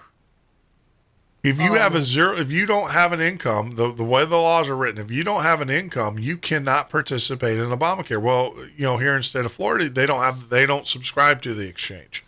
So she can't get insurance. And I can't buy secondary market insurance on her. I can't go to an insurance company and say, look, we want to buy insurance. It's like, well, it's got to all go through the Obamacare, the Affordable Care Act. And the first thing they ask her, how much money you make last year? She goes, I don't work. I don't have to. Jeff provides for me. And they're like, well, you got to have an income. And, we file our taxes separately because of the businesses and stuff. So we don't do joint. It's everything separate. So it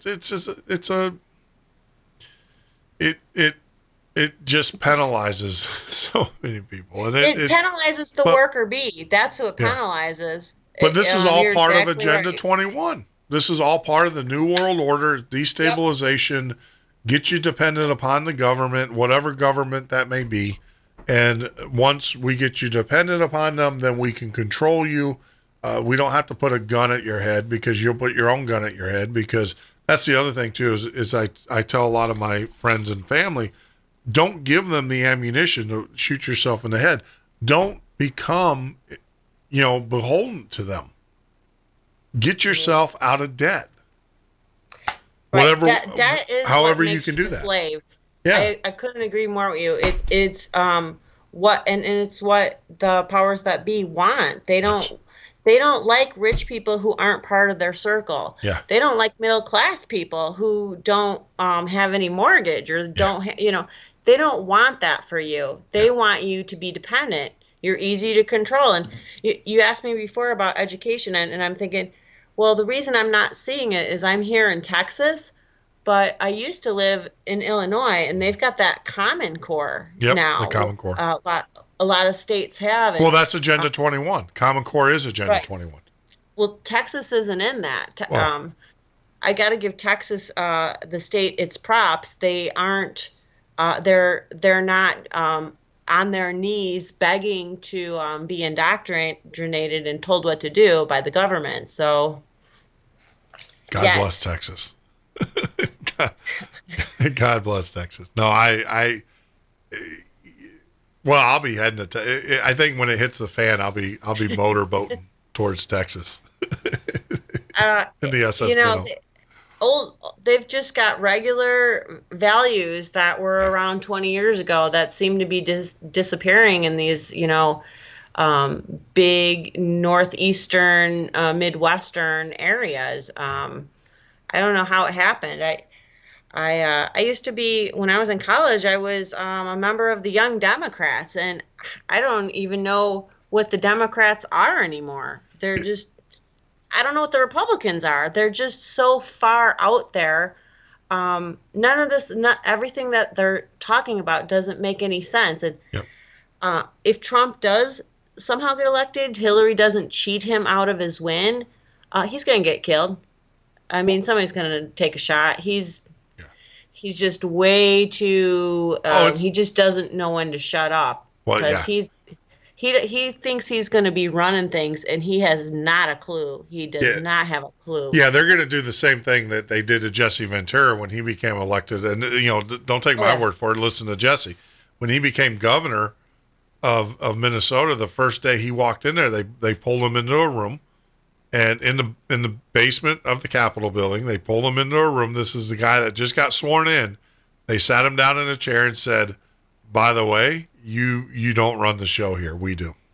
And these were government, and Jesse talks about it openly, about these were government officials. These were CIA. Well, they never identified themselves of what agency they were with, but that's how the government works. I mean, that's how it's just, but it all goes back to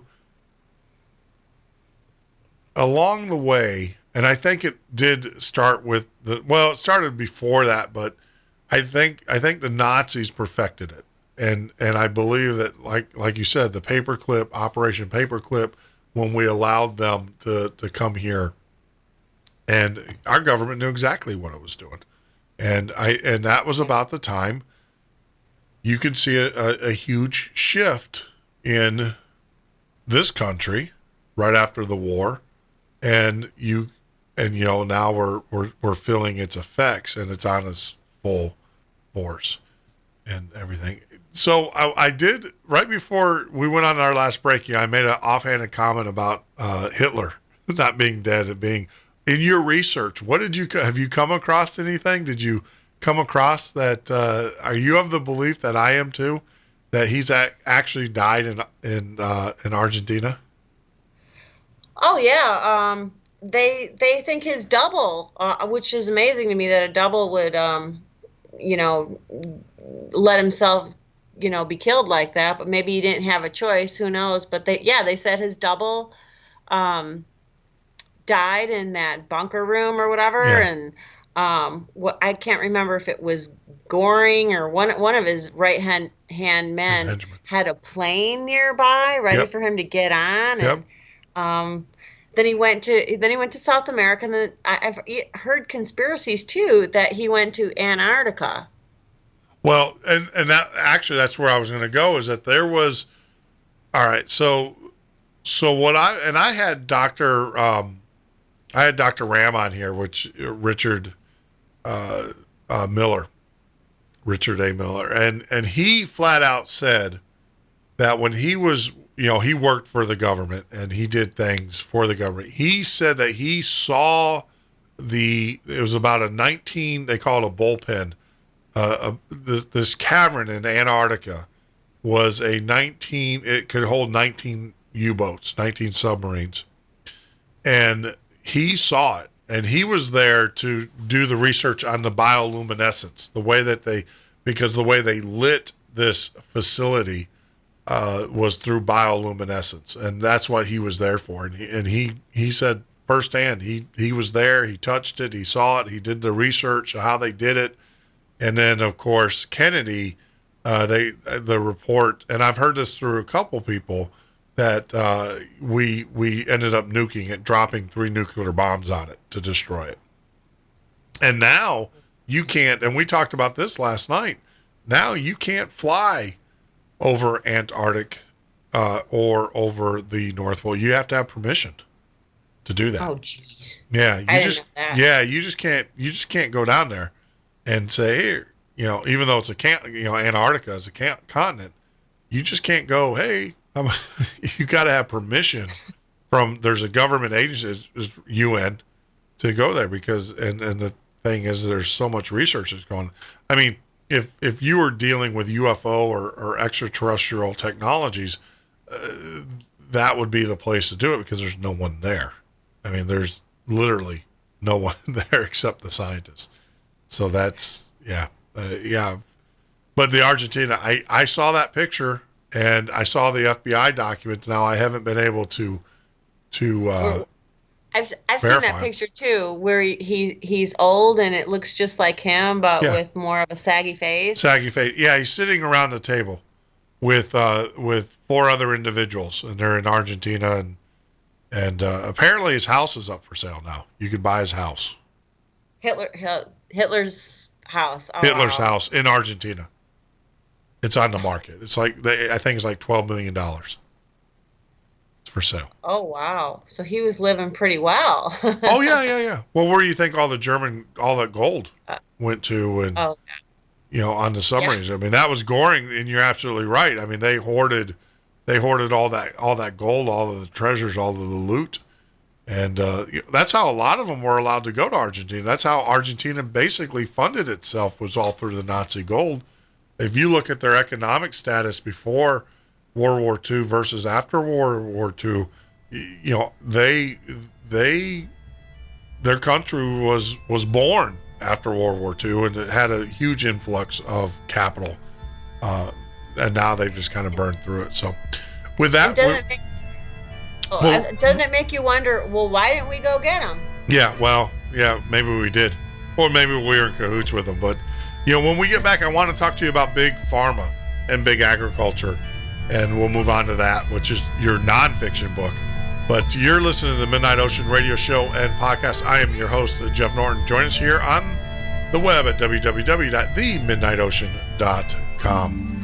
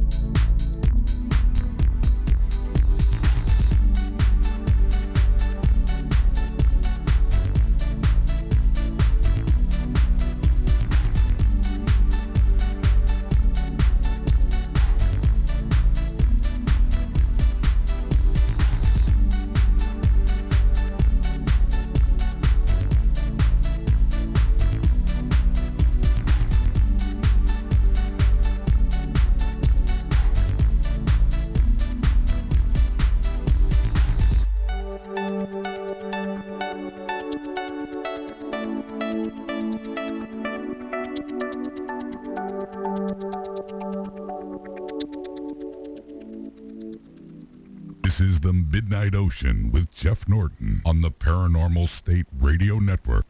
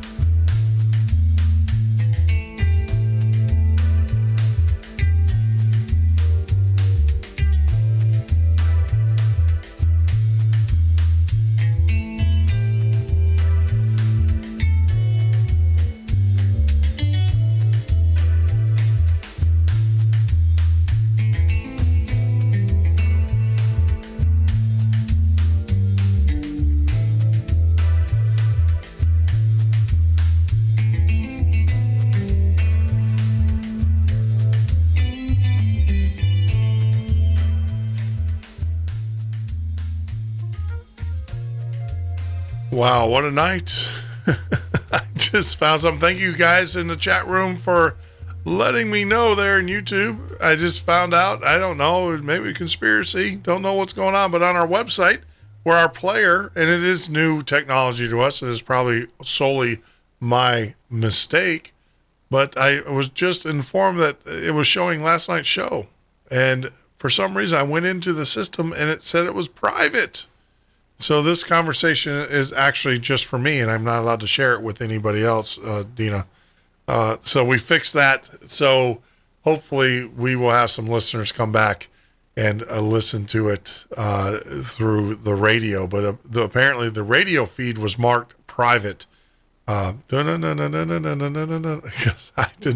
did not mark it as private. So right before we went on the break, Dina, we were talking, and I want to talk about your nonfiction work, the books that you did on big pharma, big agriculture, big government. What was the motivation? What was the driving factor behind that?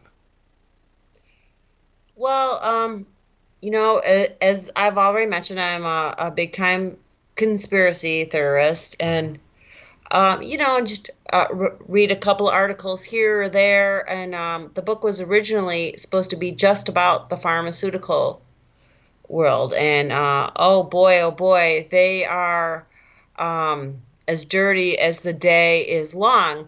But the more research that I did, the more paths I crossed with the agricultural world. Both of them have to go through the FDA to get approval in this country. And then, of course, the difference between us and Europe, for example. And it just, one article led to another article, led to a YouTube video, led to a magazine, and on and on and on. Before you know it, it's like, oh, I've got to share this information with everybody. It blew my mind away. I knew that the whole big pharma, big agri, had the government in their pocketbooks. That there was no surprise there. But it just went even further than that. It went on a global level, and just some of the atrocities that have popped up because of the way legislation is set up for the strong players in all of this. It blew my mind away. Just to give you a little bit of information that kind of ties into what we're talking about, I'm sure you're not going to be surprised if you don't already know it. There's a huge Nazi connection to our food policies. And in Europe, they have what's called the Codex Alimentarius. I don't know if you've ever heard of that. No, this is all new. This is all news to me.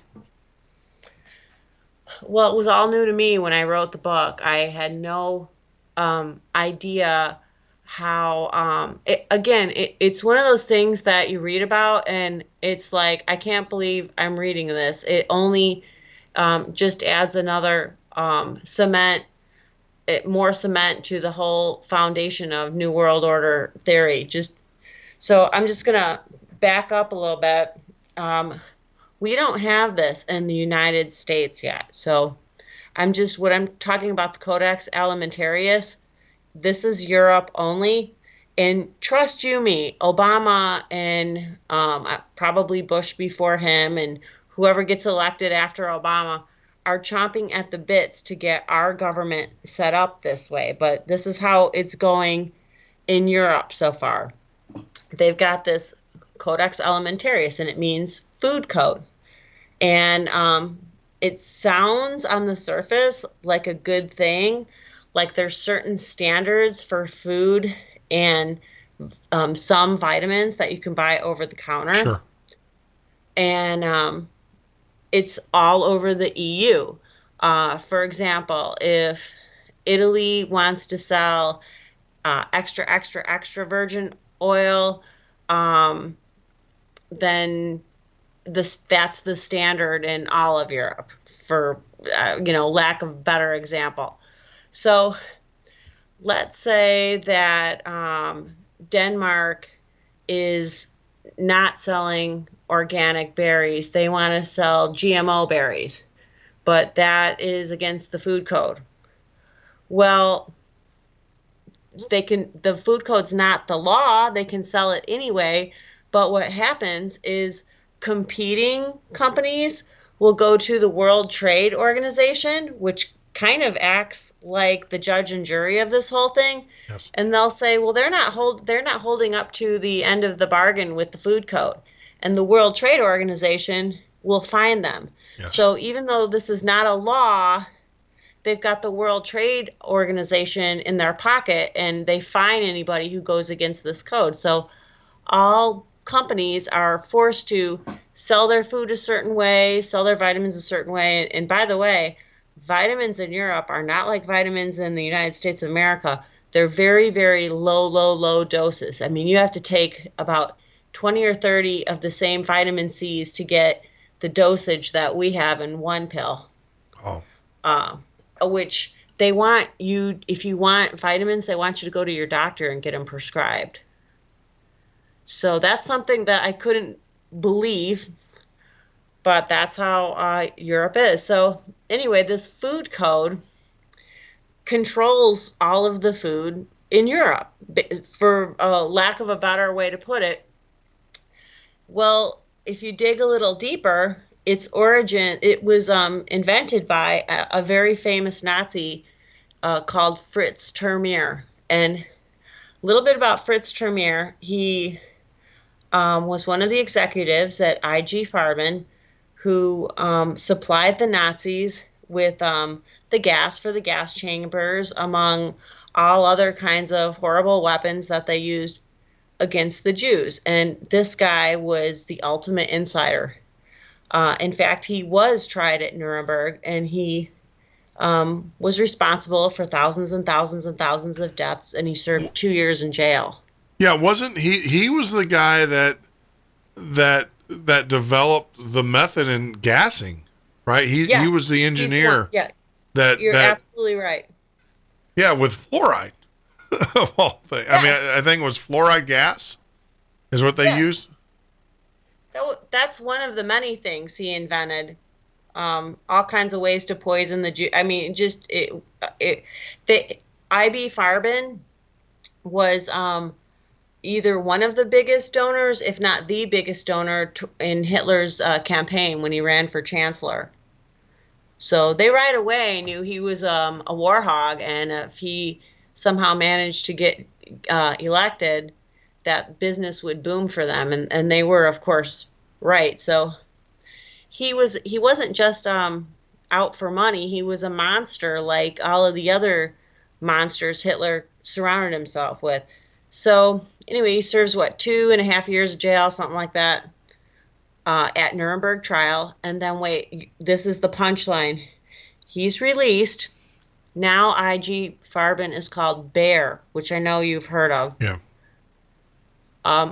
Well, guess who's now a CEO of Bayer? Fritz Termeer. Really? Right. So the father of, for all practical purposes, the gas chamber, right, is now the CEO. Well, is now over Bayer. Right. The same company that he started with. And I mean, I wish I could make this up. I'm telling your listeners to Google this. You don't believe me? Please just Google it. So anyway, he comes up with this idea that we've got to control the food industry. Yeah. Now, Henry Kissinger once said, if you control the food industry, you control the world. Correct. So I don't think he wanted standards just for everyone's safety. He wanted a control, pure control. I mean, that's the ultimate control. I mean, think about it. I mean, health is one thing, but if you got a starving family and your kids are starving, you're going to do anything you can to feed them. Right. And if the government says, hey, look, if you don't go along with this, or if you don't turn your guns in, or if you don't, do this or do that, then we're not going to get, your area is not going to get the rationing. You're not going to get the food. And it is scary, because there's two things that are going on right now in Florida that is very scary. With the whole Zika epidemic, they're spraying for the Zika virus, but they're killing all the honeybees in the process. That's also going on in North Carolina. They went ahead and they're spraying for the Zika virus, which is serious stuff, which I have a whole belief system there, conspiracy system there, but they're spraying and it's killing the honeybees. And Florida's an agriculture state, as we all know, but our agriculture here has pretty much been decimated. Most of your oranges and everything, your citrus fruit that you get, is not from Florida anymore, because we were decimated by a bacteria that's killed a lot of our citrus trees off. So now you got all the honeybees that are being destroyed because of the Zika virus, spraying for the Zika. And so now, without honeybees, you don't have pollination. Without pollination, most of your flowering fruits and stuff don't exist. And so you're absolutely right. You're going to start seeing rationing. I mean, we see it now. Sandy was talking about, she goes to the grocery store and she will say, and she notices it, that like your canned goods, they're only like 2 deep in the shelf, where they used to be, the shelves were full. Now they're only 2 deep. They're only, they're nowhere near what they used to be. And they're not to the top of the can, or yeah, it's crazy how we're starting to see this. You're starting to see the whole the food, and even Monsanto came out and said, and there's an advertisement, because we're in an agriculture area here in Florida. They were saying that in 30 years that we will not be able to produce enough food to feed the world. And so they're, of course, coming up with better ideas, but their idea is fertilizer, which, of course, now we have, I don't know if you saw in the news, we have a lake, the Okeechobee here, which is just, it's rancid with fungus and from the runoff. I mean, it's literally, it's killing all the fish. We have red tide that goes on here, and it's all because of these agricultural, all the fertilizers and stuff that they're putting into the ground. It's just, I don't know. We've lost our minds. We really have. And I don't know. It's just crazy. Well, Monsanto to me is more part of the problem than part of the solution. They are as shady as the shady gets. And you were talking about Donald Rumsfeld before. Yeah. This guy's all over the place. He was I think they call themselves Searle at this point, but he's the one that got saccharin passed for the diet sodas. Yeah. Which now they're finding leads to cancer, leads to infertilization. They knew that when he knew that when he put it towards the FDA, and the FDA actually had a backbone in the 80s and said no. Yeah. And he went to Reagan and said, you either get this guy to pass my product or you're going to pay for it in the next election. And Reagan got rid of him. Got rid of the head of the FDA and got somebody new who passed it. Yeah.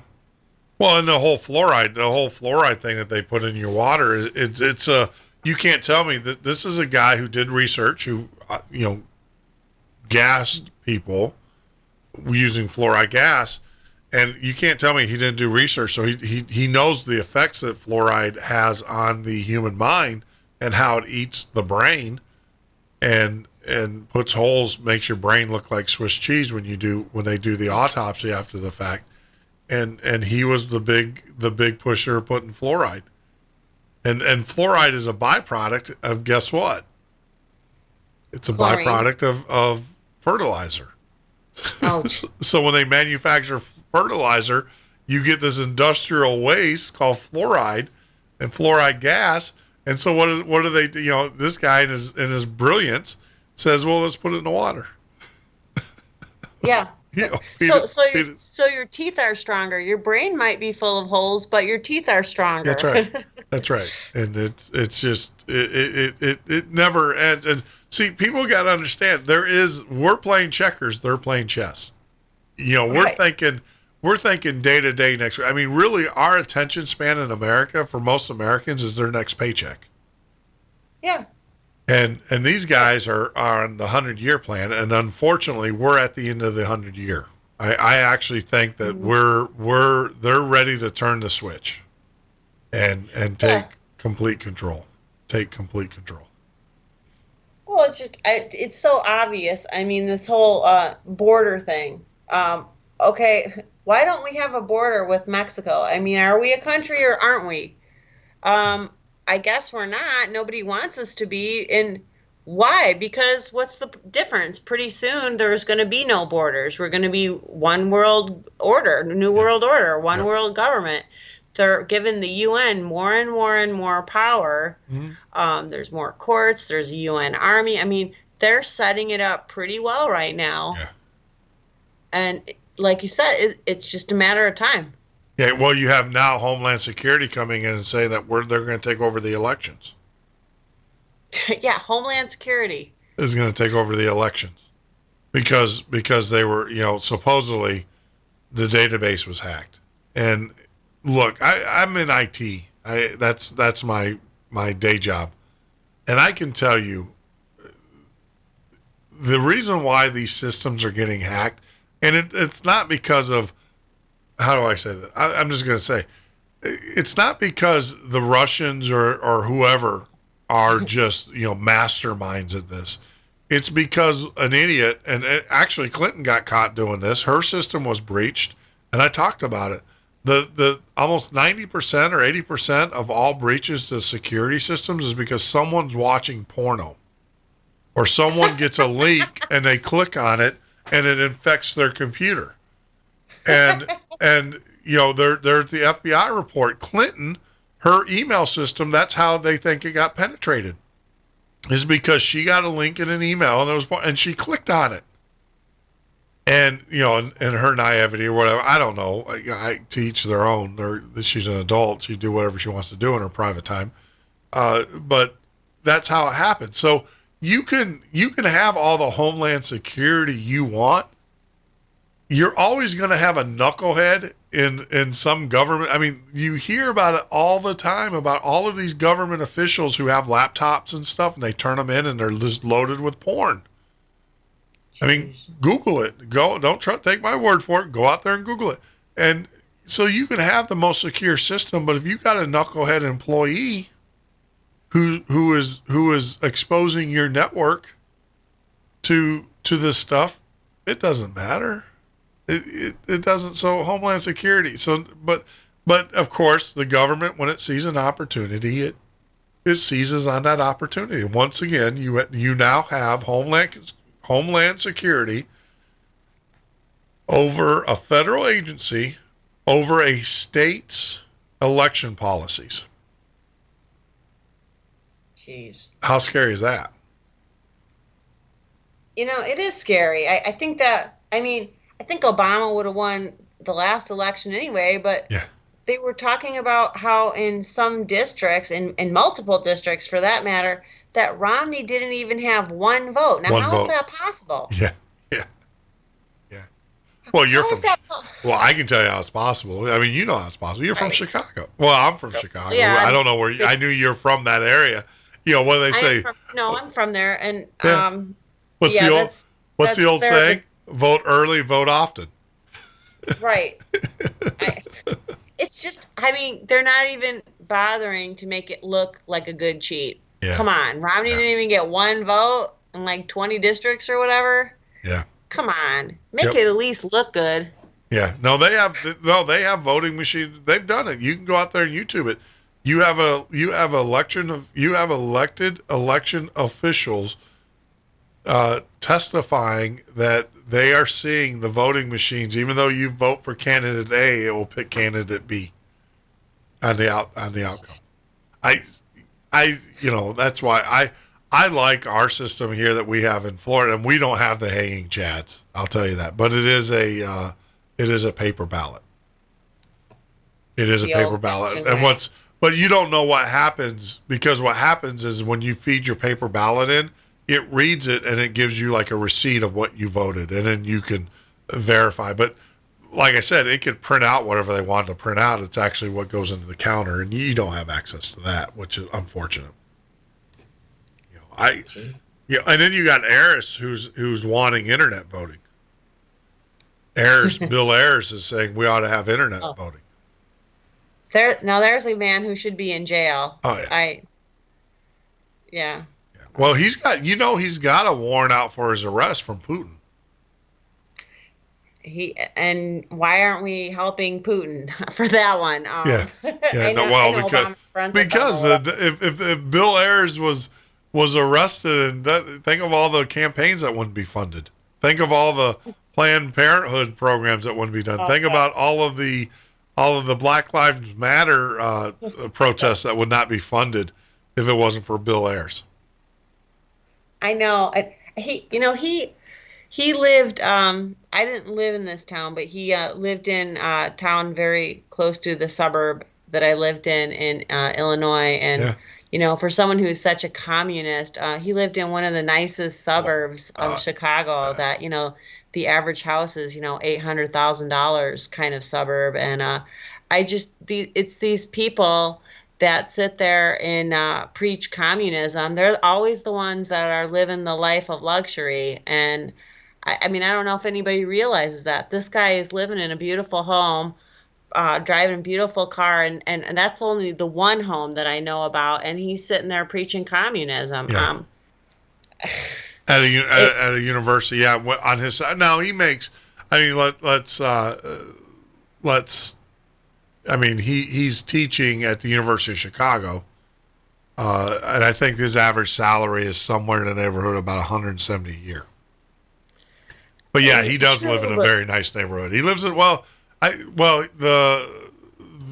Glen Ellen. I believe you're from Chicago, so yeah, he lives in Glen Ellen. In Glen Ellen, yeah. Yeah, it's just like Bernie Sanders, another one. All these guys are such hypocrites, and I think Bernie Sanders owns 3 houses now, and he just bought some really pricey car.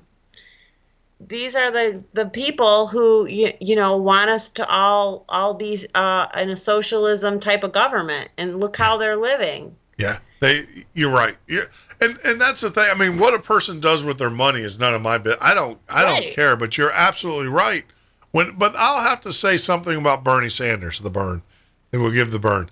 He paid his taxes, and he paid at the highest rate. He's an idiot for paying at the highest rate. But that's not the thing. Is that he out of all of them, I trusted him the most. I didn't agree with what he preached. Don't get me wrong. I didn't agree with what he preached, but I can tell you this: I trusted him. I trusted that he believed what he believed. Unlike other people who will just tell you what you want to hear, so they'll elect you and everything. So we are at the bottom of the hour. We're going to take another break. Dina, can you stay on with us? I'm enjoying this conversation. Can you stay on with us for some more segment? Okay, cool. Yeah, I can stay on for a little longer. Okay, cool. Thanks for having me. So this is the Midnight Ocean Radio Show and podcast. We are talking with Dina Rae, talking about her book. Several of her books are non-fiction book. We're on to now big ag, big government, big conspiracy, which is actually a nonfiction book that goes along with her Nazi fiction book, which actually is nonfiction, but they got to categorize it some way. This is the Midnight Ocean with Jeff Norton on the Paranormal State Radio Network.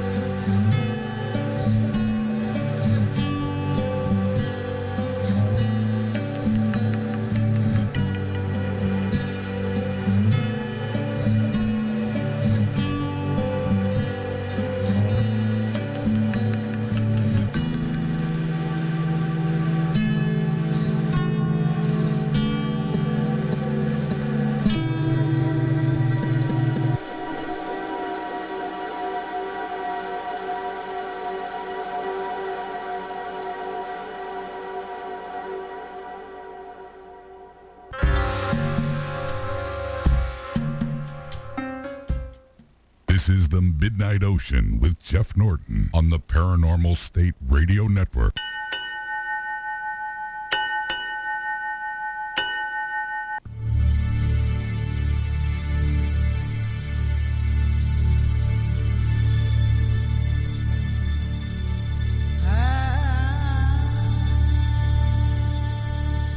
That is right. You are listening to the Midnight Ocean radio show and podcast. I'm your host, Jeff Norton. You can join me here live every Monday through Friday from 10 p.m. till 2 a.m. Eastern Standard Time, or on the web at www.themidnightocean.com. And we're having a great conversation with our guest, Dina Rae. And I for editorial, this is actually an editorial statement. I gotta get it right here. And Dina, I misspoke. I was not Bill Ayers. I know Bill Ayers was behind Obama and stuff. I meant to say George Soros was the one that had the indictment and the one that's funding everything on the Democrat, not Bill Ayers. And I don't know. I need to drink more coffee. But he does what you were saying with Planned Parenthood and Acorn. Yes, he's behind all of that stuff. Yes, yeah. Well, no, he's a minion. I mean, there's no doubt about it. He's a henchman. We want to use a Chicago term. He's a henchman. He is an operator. He is the guy. Well, there is no family in Chicago. First, let me say that. There's no such thing. It doesn't exist. But you have the guy at top. You have the boss, right, which is the George Soroses of the world, and then you have his henchmen, the guys that actually execute, and in more ways than one in some cases, and that would be Bill Ayers. Is definitely the whole Obama campaign was launched from Bill Ayers' living room. Yeah, and stuff. So yeah, he's they're best friends or whatever. They're buddies, and then you obviously. When did you move out of Chicago? But I'm going on year 4. Okay, so you're 2 years ahead of me. I moved out about 2 years ago, and it's like I said, it's gotten to the point. I can tell you, it's depressing. I moved to Chicago in 1997, and when Richard Daley, Mayor Daley, ran that city, even though I didn't like some of the things he did, you had to respect the man, and the city was beautiful, and you felt safe. You walked down the streets, you didn't have any issues, no graffiti, it was clean. And now you've got the liberals have taken it, they were liberal to begin with. But going back to what you said earlier, there was a time where a liberal was more conservative than most conservatives. I grew up in the South as a young man, and a Democrat liberal and a Southern Democrat was way more conservative than any conservative could ever have been. I mean, they're anti-abortion. There was a lot of things. God and country was how they lived their lives, with some social justice mixed in. And exactly, it's completely on its ears now. And Rahm Emanuel has destroyed Chicago. I don't care what people say. Rahm Emanuel has destroyed Chicago, the great city of Chicago. He, to his credit, it was going down the tubes, before he stepped in. He didn't do anything to help it. He just aggravated the situation. I mean, I don't know if you realize, but I got family and friends there, and you know what? Illinois doesn't even pay their lottery winners anymore. No, they get IOUs. Right. I mean, that's basically saying to the people that we're going to take your money for the tickets and we're going to steal it because we're not putting it in a pot. Yeah. And you're going to have to wait for a long time because we're going to steal it. And people are still buying tickets. And people still buy. Yep, absolutely. People don't realize their IOUs on tax returns, on income tax return, on state, because they've upped the state income tax there as well. They're at 6% now. It's crazy what they're doing, and people continue to vote and still allow them to do it. And I don't know what the downstaters think, or are thinking, but they just can't. I don't know. It is a shame. It really is. And it's not just the income tax; it's the property tax. Yep. It's ridiculous. Yeah. Well, yeah, I had friends, you talk about Northbrook, that area. And the reason why we're bringing this up for you audience, this is a liberal community. This is what the rest of the country is going to look like if you allow it to happen. You're going to have high crime because, we got to coddle these young men and women. It's everybody else's fault. We go down the whole litany of things.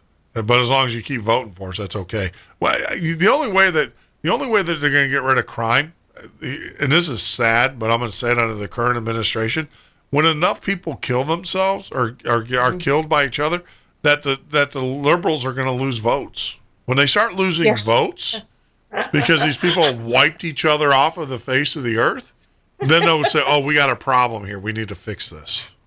We really do.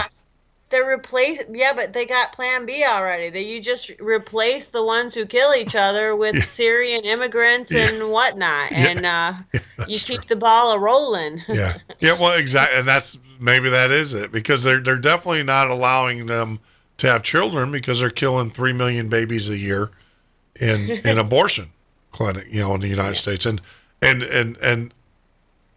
the vast majority of them are black. And let's just call it what it is. I mean, you want to talk about genocide?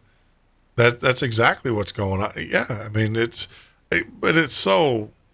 I love Chicago, I really do, and it's just become a cesspool. It really has become a cesspool. But that's what liberal America is going to look like. Like I said, I have friends in Northbrook, which is outside, which is an affluent part of Chicago. It's affluent. They can't build a house because their property taxes are $20,000 a year. Think about that. You can afford the dream house. You can afford your dream house. You just can't afford the taxes. Yeah, the taxes are, you're going to, in order to build a house in Chicago, you're going to build a decent family house in Chicago is going to run you $500,000 to $1 million. I mean, anywhere in the suburbs. But your property tax is going to run you $20,000. So forget, after you ran off to the bank for $500,000, you're going to, every year you got to spit out $20,000 to pay for your property tax. It's just, and that's exactly what this country's going towards. That's what happens when you have a society that is run by the New World Order. I don't want to call it liberals. I don't want to put that type. That is the prime example of the New World Order. And their attitude is, well, if you can't afford it, get out. Where are you going to go? Where are you going to go? Well, I mean, we got out, but then again, mistakes, history repeats itself, shall we say. And, I mean, look at Detroit. Have we not learned anything? Look at Detroit, as you mentioned earlier. The city of Detroit is a ghost town. Dearborn's, the next Iraq. Yep. What is going on? Why is this happening? And nobody seems to want to study what went wrong and then fix it in other cities who are, hanging on by a thread. It's just the party never stops. The spending never stops. But see, what I like about here, where I live in Florida. When I moved here, and I was put on a board. I'm actually on the codes board here. I was flat out told, don't bring your Yankee ways down here. Oh. Day so you got one. The reputation of being a day one. Because you're from Chicago. Because I was from Chicago. They said, do not bring your Yankee ways. They put you on notice from day one. And, which is really funny because I'm a property rights guy. They don't like me on the board. They don't ask me to come back because I'm actually I'm a libertarian by nature. And so I'm a firm believer. If you buy a piece of property, what you do on that property is your business. As long as what you do doesn't step across your property line. So if you want to cut down all the trees on your property, you bought it, you own it, it's yours. And I'm a firm, so they don't like me. I'm actually too libertarian. They thought I was going to be too too liberal. But I'm the opposite end. I'm like, no, I'm not going to tell you what you can do on your land. It's your land. You own it. Right. So they don't ask me to sit in the codes violation meetings anymore, because I just like, well, what does that have to do with so and so? Now I will say that if you have a meth house and everything, well, because you are affecting your neighbors. You are, because you bring crime to the area. There's a lot of things down here. That's the big problem is meth, and I'm very, I'll run you out of town. I'll be the first one with the pitchfork and then get you out, because I don't want it in my neighborhood. I don't want my, it brings high crime. It brings all sorts of things. It's now your property is now overflowing into the neighborhood, per se, and your influences are. So, but yeah, I was put on notice first day, don't bring your Yankee ways down here. Yeah, that is the perception that people have of, New York, New Jersey, and Chicago. They're just like the Three Musketeers and crime, and it's sad. And you talk to anybody from those parts of the world, everyone is so jaded. They don't really have a good perception that the government's out to help us out. I mean, you wonder why. But it's frustrating. I mean, it is. Now, I will tell you, we live in the the snowbird capital of Florida here. I mean, in this area, we have a lot of people, and it's during the influx, it's crazy, because then you get a good dose of the people that are impatient, the people that you'll be sitting in the grocery store and you'll be talking to the checkout lady about the kids, or hey, how are you doing? Saw that you're doing this. How's life? And then you get the person behind you that's yelling at you, and you just kind of look at them and we kind of snicker. It's like, yeah. Or you get, the classic where someone will just cut in front of you in a line, and you know how it works, and it's funny. I used to, here's a game that we used to play. This is horrible, but I'm going to share it with you. You'd appreciate it. In Chicago, no one wants to drive behind anybody else in Chicago. Right. Everybody. So we used to. Somebody slam on the brake. Sandy and she would get mad. I would pull up next to a car and turn my blinker on, and I have the blinker in my SUV in the mirror, and the car next to me would just like speed up as fast as they can and like pull in front of me. And I would do that when I would drive into Chicago. And she was like, stop it. And I would do it all the time. I would intentionally pull up next to someone, especially over there by Gurney or whatever. I'd pull up next to them, and I had no intentions of getting in front of them, but I'd flip on my blinker, and that car would just, speed up. And there's been a couple of times where they almost hit the car in front of them because they didn't want me in front of them. It's just crazy. It's that whole mentality. It's crazy. It's like you guys are just like that hamster running on that wheel, and you just have no idea. You're not really going anywhere, and at the end of the day, you're unfortunately lower whacker drive, and the bums would like jump out and try to get you to hit them. Yeah. So I mean, yep. What people do for fun. Yeah. Ooh, good times. I still love the city, the architect, but it's gone. It's a S-hole, and I'll just leave it at that. I woke up. It's funny, when I came here to Chicago, when I moved to Florida, I literally woke up it was in May. I looked at Sandy and I said, pack your bags, we're moving. And out of the blue, you're talking to a guy, I'm a Chicago Cubs fan. Well, I'm a Green Bay Packer football fan, but I was, I was into the city. I loved the city. I lived in the city, loved it, everything about it, the vibe, the feel. And I literally woke up, looked Sandy in the eye, and said, we're moving to Florida. And she about fell out of bed. And a month later, we were down here in Florida. A month later, we had everything packed up, got rid of the business, unloaded everything, and just said, we're moving. And a month later, we were sitting here in Florida in our home that we're currently in now. because someone told me to get the heck out of the city. They were like, get out of there. Get away from here. You know, literally, I had that little voice that said, you have to move. My husband had the same experience. I had just gotten laid off from my teaching job, as so many others have, because the state doesn't pay the schools anymore either. And my husband, he's a fireman. He's a retired fireman, and he goes, I can retire now. He fireman for 28 years. He goes, I can retire now. I'm like, yeah. Well, you don't have a job right now. I don't think this is a good place for us to stay. Just see if you can get a job in Texas. And that was it. Yeah. Same thing. He had like this voice that told him to get out. Get out. Yeah. Yep. And I'm kicking myself. I love it. Like I said, but I'm kicking myself that I didn't do this 20 years earlier. Come here. Because Florida, so we don't have a state income tax. Our tax, this is a funny thing, because I tell people, and my Chicago friends, I'm like, yeah, we don't have a state income tax. And they're like, but your retail tax is high. It's like, no, our retail tax is like 5%, and theirs is like 10. And they're, your gas is, no, our gas is pretty model. Oh, it's just so funny, because I mean, we don't have a state income tax.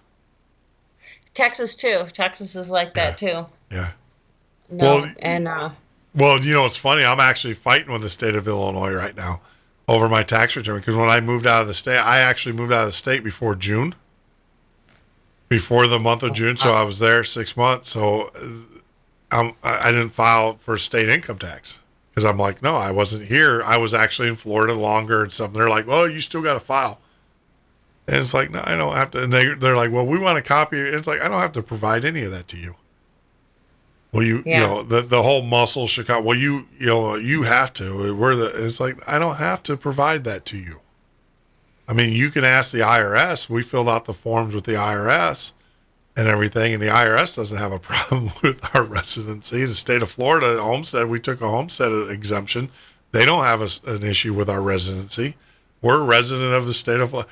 It's like, you guys are really that desperate? They do. They need the money that bad. Well, come down and get it. I went up there to visit, and I didn't have one of those, for the highway, those passes. Oh, the iPass? Yeah. So I didn't have one, and then there wasn't a toll booth person that you could pay the cash for. Yep. So $20 a pop. I already know where you're going. Well, I went through. I had no choice. I mean, there was nobody there I could pay. So I was there for a couple of weeks on a family matter. I get home, and there's a $25 fine in the mail. Yep. I'm like, $25? You totally set me up. I can't. There's no one to pay. Yeah, there's you can't.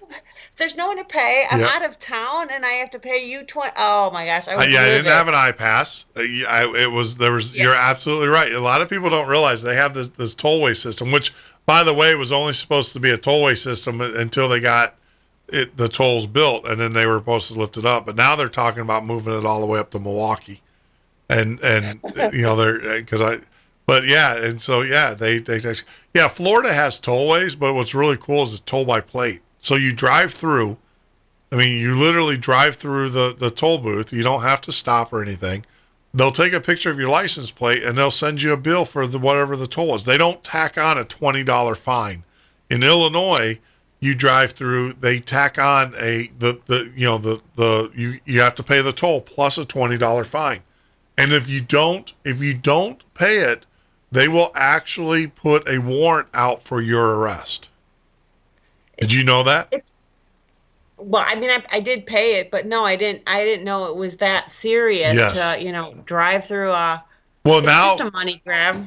Yeah. Now the thing is that because no one was paying it. So now I was told from a friend of mine who still lives there, and because he would rank up like thousands of dollars, and because he just, for whatever reason, he'd get these, and every instance is $20 a pop.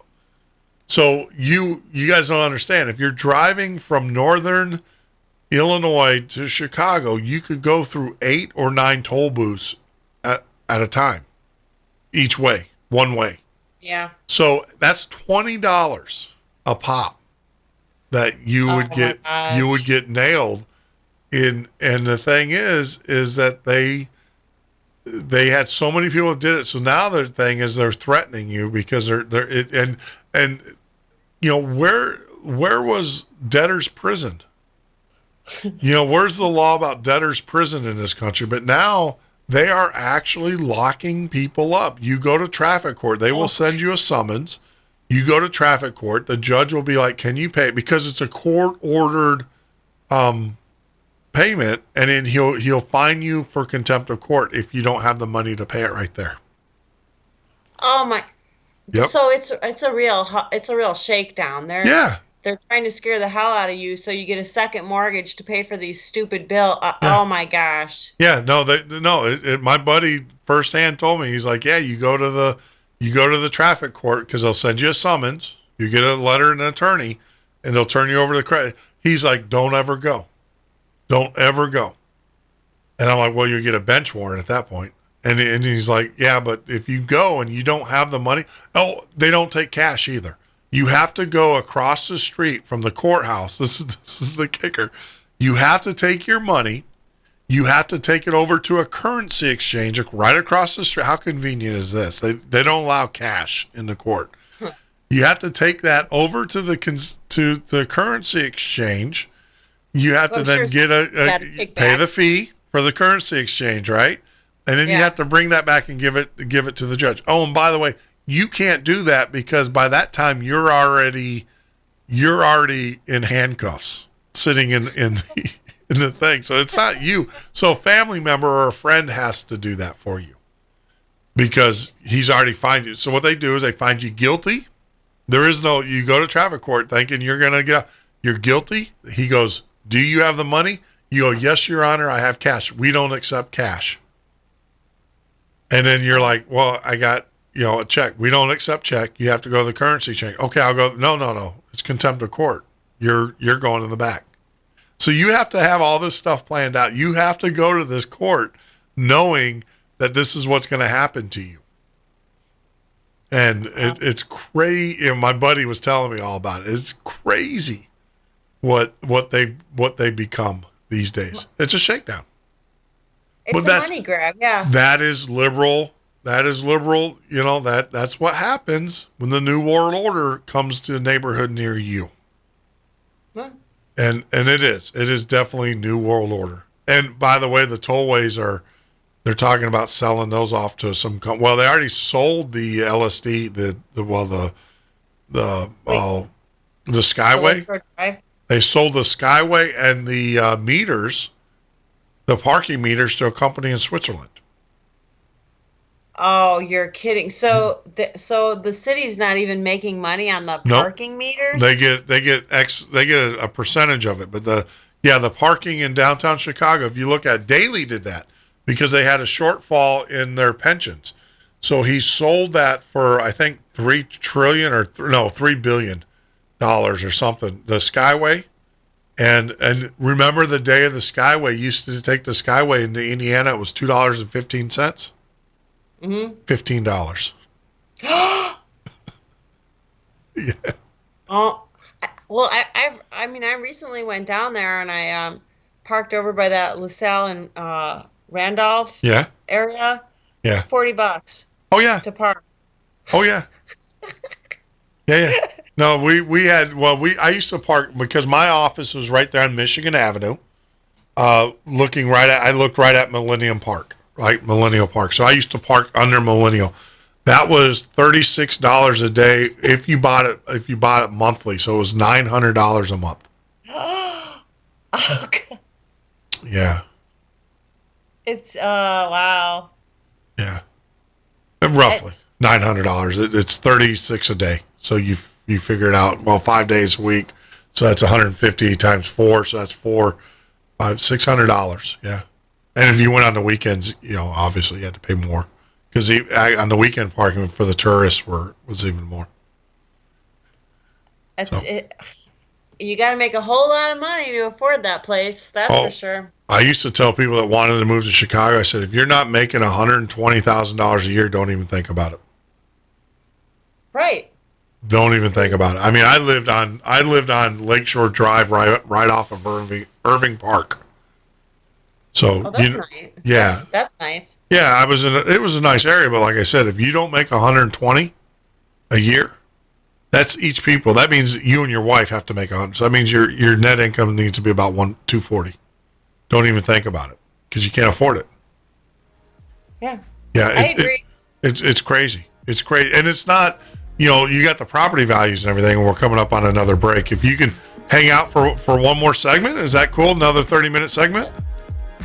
We'll wrap this up. How about 15? We'll do 15. All right. So we'll take a break, right, cool. and then we'll come back and we'll do 15 more minutes and everything as we're kibitzing, as they would say in Yiddish, with our good friend Dina. This is the Midnight Ocean with Jeff Norton on the Paranormal State Radio Network.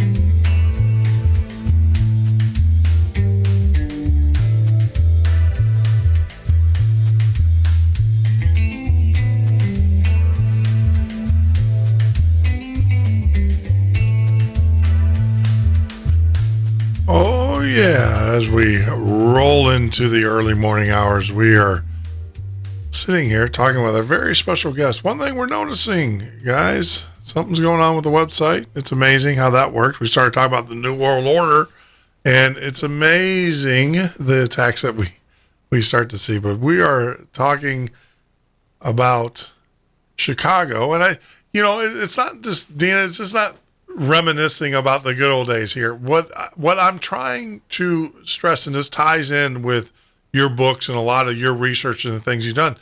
Chicago is a living example of the world that you are going to live in or have to live in if the New World Order gets their ways. You got austerity, you got high taxes, you got everything, and no service. I mean, and it's very important. I mean, we've lived it, and we got the heck out of Dodge, to say the least. And it's very important that people understand that this is and that's why I bring it up. It's not that I'm convincing with it, reminiscing or whatever. There's the Yiddishkeit coming out of me. It's that I want people to understand this is what the rest of the world. So take your community that you live in, Montana, Minnesota, wherever you're at, and think about that. Think about how your community is going, have to pay $20 to drive on a highway every time you want to go somewhere. Think about having to pay for parking if you want to park somewhere. It's just it's amazing, and people just don't understand. That's what's coming to a neighborhood near you. It's only a matter of time. Right, I totally agree. It's like they say, it's a redistribution of wealth. Yes. It's a little bit for the powers that be to steal, and then you're basically paying for the have-nots. So that's what these cities are like, and they can't sustain it. They can't keep it running. Yeah. It's just amazing. Like I said, it's just amazing. It's eliminating the middle class, really, is what it is. Yeah, I mean, because there's so many people. Sometimes now it's gotten to the point that where some middle class families, it's actually cheaper. Well, I don't want to say it's cheaper, but they can't get benefits that they normally would get, i.e. healthcare and all that stuff. And it's almost, it's so easy now to say, yeah, I'm just going to I'm just going to cave in. I'll take my low paying job, because even though I have a graduate degree, but I'll work at McDonald's because I can't get a job anywhere else, and I'll just go along to get along. And that's exactly, I mean, well, you see, I mean, Chicago and everything now, a lot of people, and I tell people this in Florida, and they have a hard time to believe it. In Chicago, to work at McDonald's now, you have to have a college degree for the most part. That's how bad the labor force is. There is that to be a cashier at McDonald's, you have to have a college degree, a 4-year degree. It's just these. I mean, I'm in my 40s, and I've got a 17-year-old and a 19-year-old, and I fear for them, Jeff. I really do. I mean, I'm noticing how things have been going downhill for the last 10, 20 years. What do these young kids have to look forward to? I mean, like you said, they have to have a college degree, whether they want one or not. I mean, you want a crappy job, you have to have a college degree. You want to work at McDonald's, you want to work as a daycare worker, whatever. You have to have a college degree to make nothing. So you have to go in debt for tens of thousands of dollars, if not more, to have a job that sucks. Yeah. And then it's a perpetual. You're always in. But we're going to give it to you at such a low interest rate. But if you miss a payment, then it goes at a higher rate, and then it go at this. And who knows? Because if Hillary or whoever president is elected, she's going to forgive all that debt. You know darn well she ain't going to forgive that debt. You know darn well they're not. We're 20 trillion in debt. What are we just going to say? Oh, you owe money? Forget about it? Yeah. Yeah. It's enslavement. It's financial enslavement.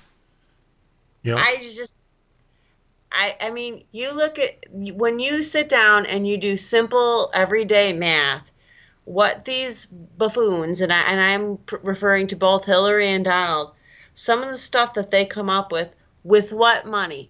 Okay, with what money? I mean, Donald's a little bit better than she is, but still, his numbers don't add up. So I think Donald's going to declare bankruptcy. I actually think he will declare. He's like, we can't pay off the bills, guys. Sorry, but he doesn't realize that will start a war. That's how wars get started, But I actually believe Donald Trump will declare bankruptcy. He'll be like, we can't pay the bills, can't do it. But I mean, to all fairness to that, though, think of where most of the debt. A lot of people don't understand, and this goes back to the whole New World Order conversation that we have. Most of all of your tax money does not go and fund the general debt. The $120 billion that they collect, or every month, doesn't go to pay for the United States Air Force or the Army or whatever. That goes to the bankers to pay the interest on the money that they loaned us. The New World Order is so gracious to print more money on our behalf and lend us, and it's our money, and they charge us to do that. Right. And we're not even touching the principal when we make our payments. Nowhere near are we coming anywhere clear or anywhere near touching our principal. We are what we are doing is that we're paying the bankers. We're paying off the interest.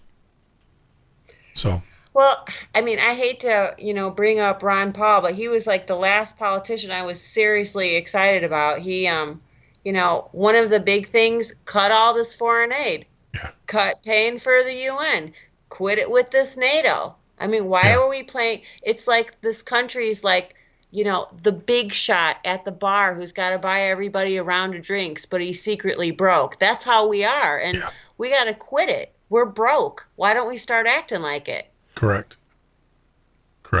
And you're absolutely correct on that one. Is that how do I say this? Yeah, I mean, well, we it's not like he's buying everybody. He's putting it on his credit card, which is owned by China. so yeah, I mean, so guys and gals out there, I just want to say, when you can't pay your bills, don't feel bad, because you're in good company. That's what you're supposed to be, not being able to pay your bills. That's what they want. Yeah.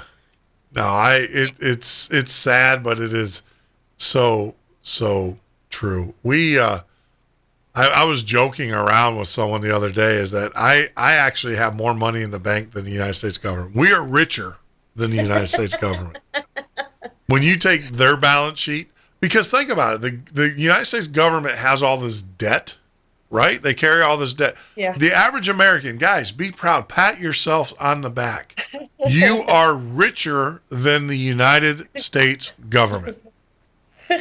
Because when you add up all your assets and all your obligations, trust me, you are far better off than this country. So why are you allowing them to drag you around? I guess that's the argument. Guys, wake up. You are richer. You are the captains of industry in this country. We are the captains of industry. Why are we allowing this punk? Oh, that's right. I forgot they got guns. I forgot. They see.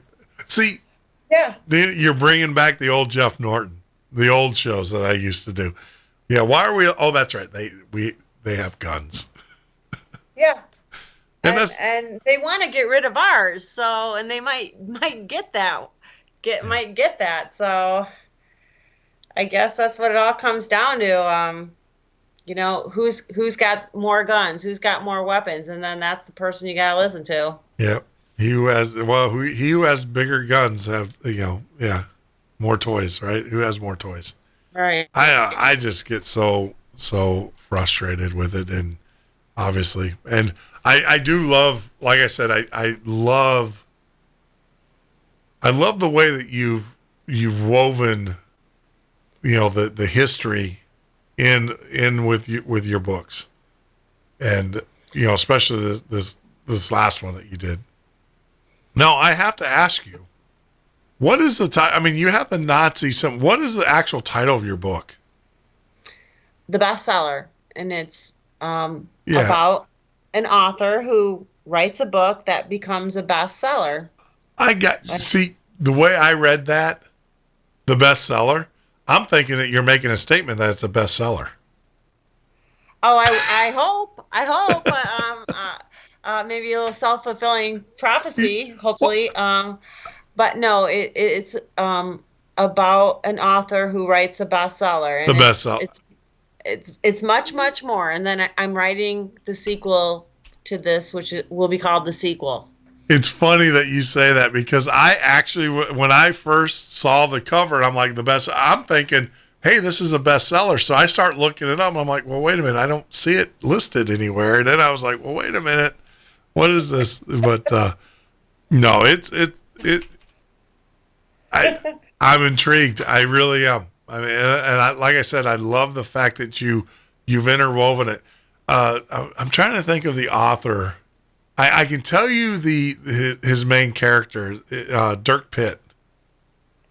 I don't know that one. Clive Klossler.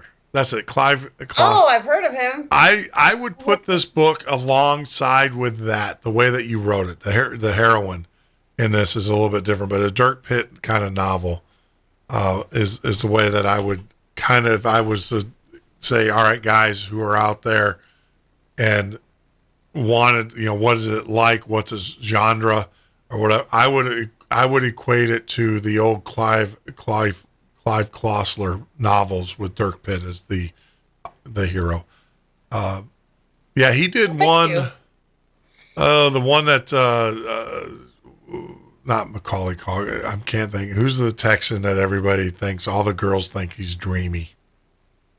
Right on. Yeah, Matthew McConaughey. That's it. He actually played Dirk Pitt in in a movie called The Sands of the Sierra, I believe. Okay. Yeah. I haven't seen that one. Yeah, you have to I like watch it. his movies though. Yeah, I do too. He does pretty good, but yeah, I would have to equate that your book is very similar in that fashion to one of Clive Klossler's books. I can never pronounce that. Well, thank you. Nope. So, and then you said the next one is called The Series. Is that what's coming out next? The sequel. The sequel. All right. And when will that be out? Well, I'm about a third of the way done. So my publisher is more than happy to run it. So as soon as I get it finished, it should be out with that, after the editor reads through. So it should be out maybe in about 4 to 6 months. Oh, wow. So it's already, as they would say, it's already in the can. It's pretty much ready to go. Yeah. Oh, yeah, wow. It's doing well. I'm proud to have it going, and I'm real proud of the research I put into it, and I hope people enjoy it. Awesome. And then if they wanted to learn more about you and your books, where does one go? Well, you are welcome. I have a blog. It's called Dina Rae's Write Stuff, and that's WRITE stuff.blogspot.com. I'm on Facebook, Dina Rae Books. I'm on Twitter, and it's at Halo of the Damned is my handle. I'm on Pinterest. I get around the internet. I'm all over the internet, so I'm easy to track down. Okay. I'm got Google Plus, all of it. You got it all. Well, we're definitely going to get some links on our website for those listeners out there to make it a little bit easier from the Midnight Ocean, so they can get out there and follow you and and what you're doing and support, your writing and everything. But I thoroughly enjoyed it. I know that you have a hard stop, so that's why everybody's like, well, why are you rushing her off? You guys are having a good conversation. I know you said 15 more minutes, and I will honor that. I don't want to be a overbearing host and keep you longer than you want to be. So Jeff, you are a very charming and wonderful and considerate and easy to talk to host. Thank you. I've done a lot of radio shows, and you're fantastic. Thank you. Truly a wonderful professional, and I'm also an instant fan now of your show as well.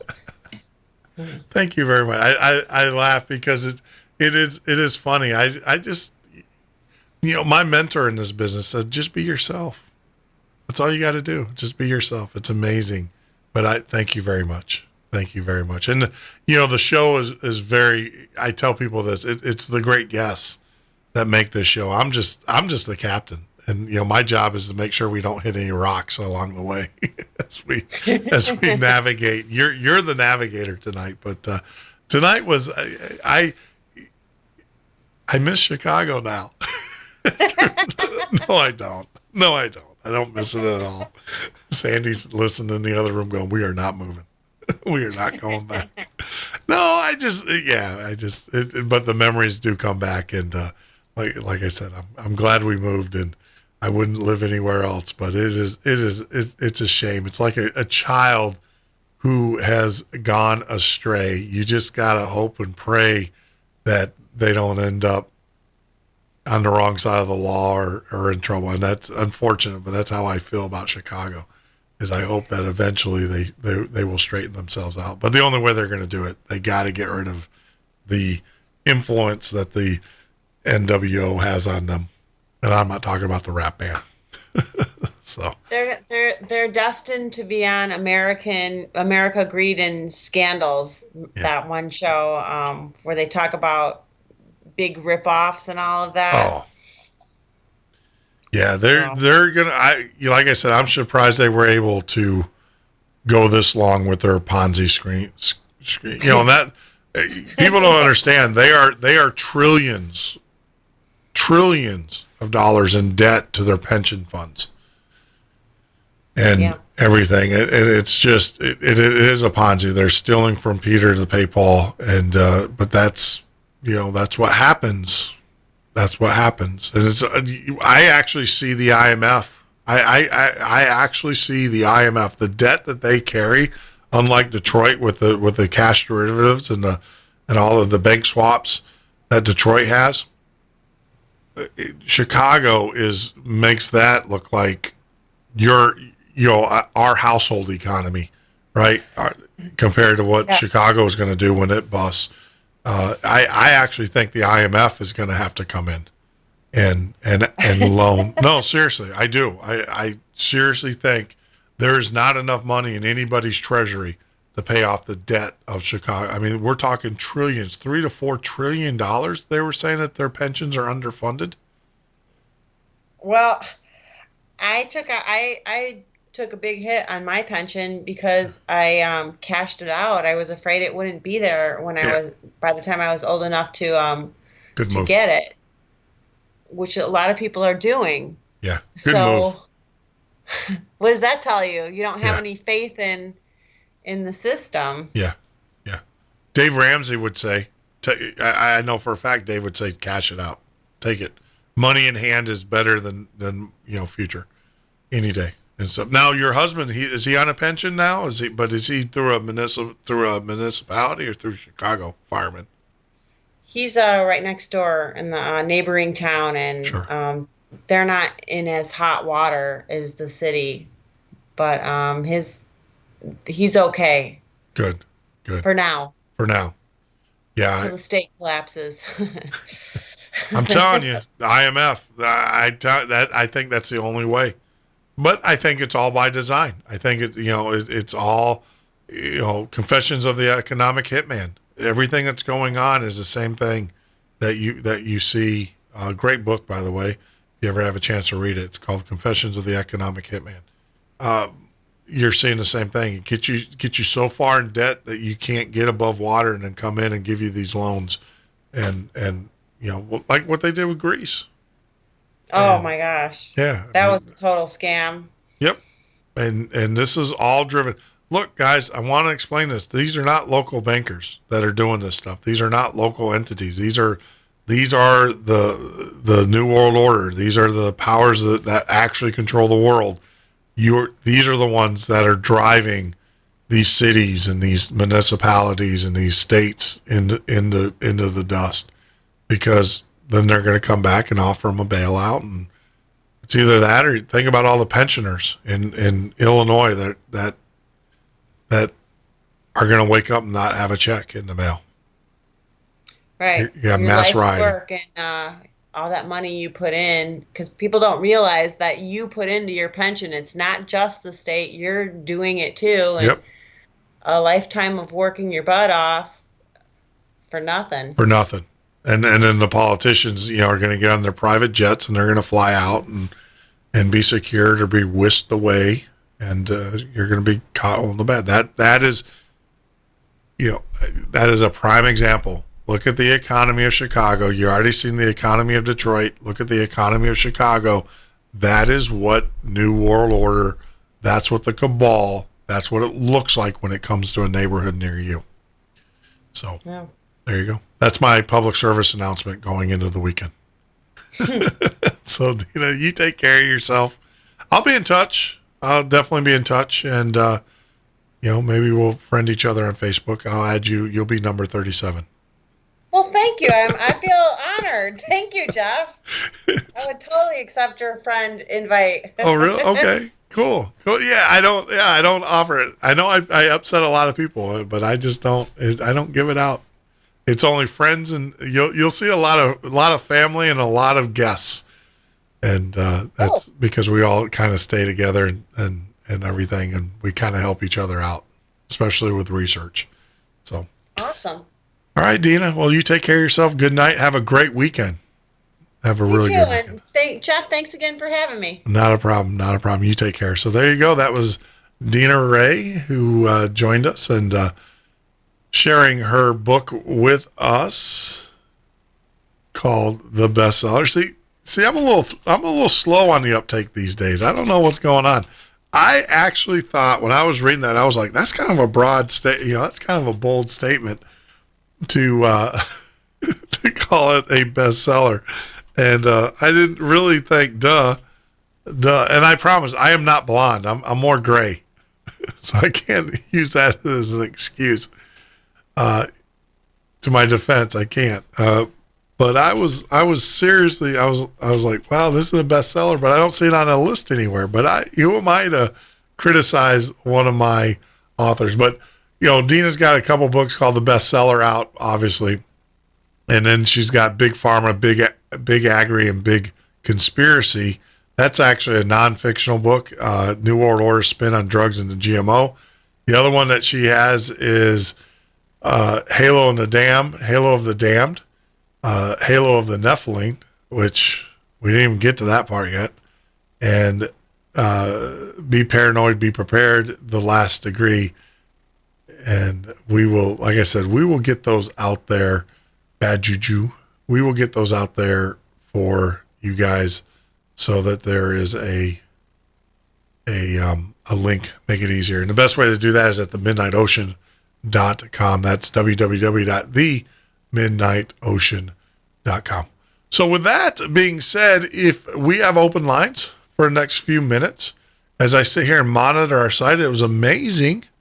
Our site decided that it was not going to participate. There was something going on with the site, and so that was kind of weird that was happening. Let's see if it stabilized itself here, and we'll just kind of blow through the fence, or blow through as I read the logs here. But if you'd like to give us a call, you can always go to Skype and type in listener, TMO listener in Skype, Love to hear from you. If you would like to give us a call, that would be fine. We're good with that. But that would be TMO listener. TMO listener is the site, or the I gotta focus here. Can't do two things at once, especially at almost 1:30 in the morning. So yeah, TMO listener is the site for Skype if you want to give us a shout. Oh, what a night. What a night. Had a great time. I thoroughly enjoyed the conversation. It was good to talk to a fellow former Chicagoan. Talk to someone who is interested in the Nazi infiltration of our country, of our government, and the things that we're dealing with. As we roll into the night, I got one more song here I'm going to play for you guys. I found this. This is a great song. I don't think tonight's not going to be a monetized site night for YouTube, but I don't care because this is a really good song to commemorate those who have lost their lives in 9/11, our first responders. I want to first say, thank you for all those who have served this great nation. We at the Norton household appreciate you. We appreciate the contribution and the dedication that you have shown us in the community. And this is a song by a young man called Dirk Nelson. It's called Phone Call. And it is definitely gonna pull at your heartstrings. It's a great song. I found it. But his name is Derek Nelson. It's called Phone Call. Original 911 tribute song.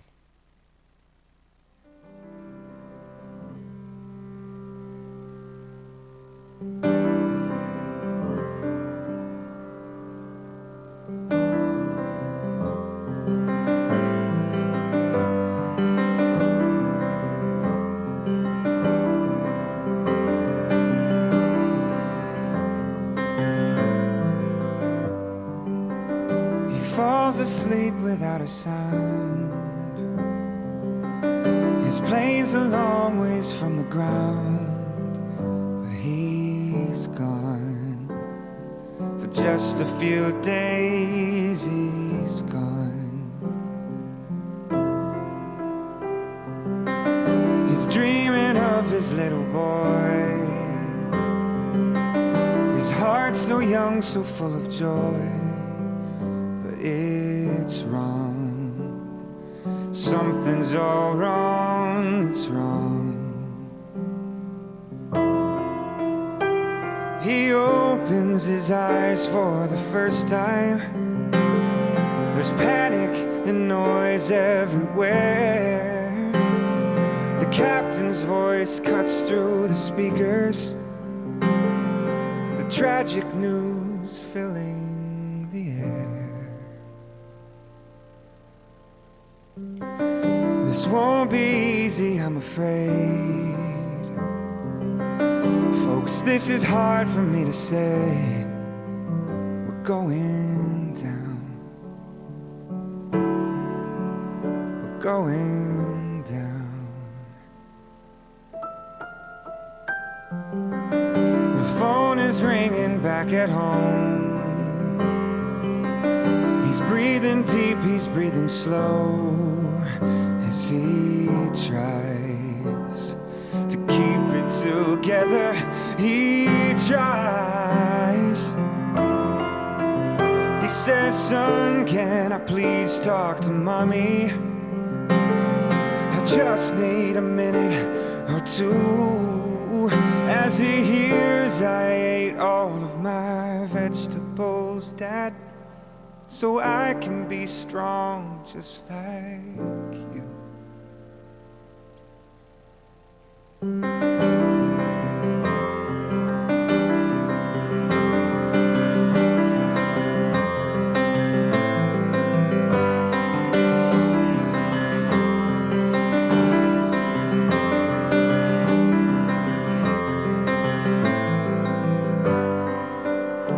Go get Mom for me, please.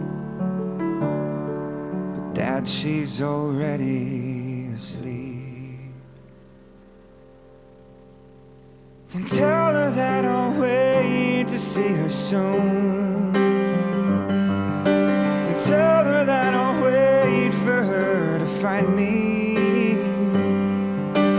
Tell her I'll be with her every minute, every hour, every day.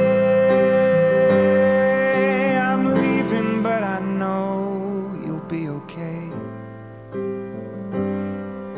No, Dad, don't go. I love you. Can't you stay?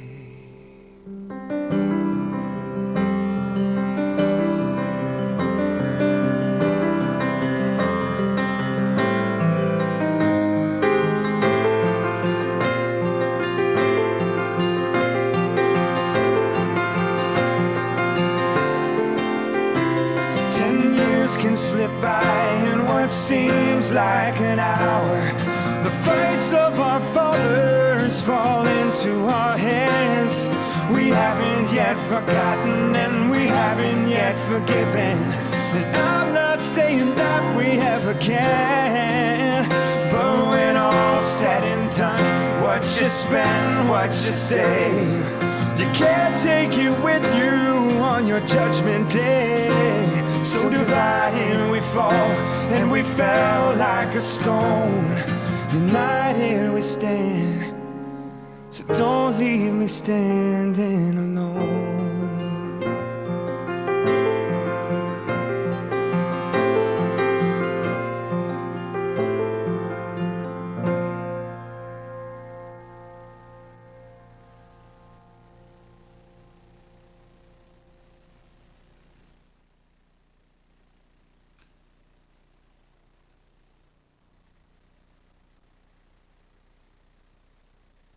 That was Derek Nelson.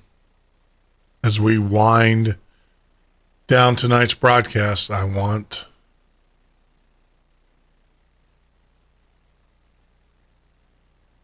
to stress to you how it is very important that we never forget.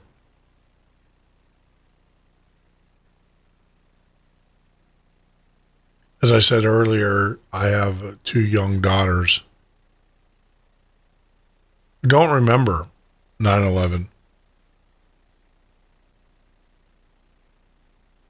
They were too young. And so the message about 9/11 that they're going to receive is the message that is being propagated by those who want to control the message. It is our job to make sure that our children, our communities, our leaders know that we'll never forget and we'll never forgive.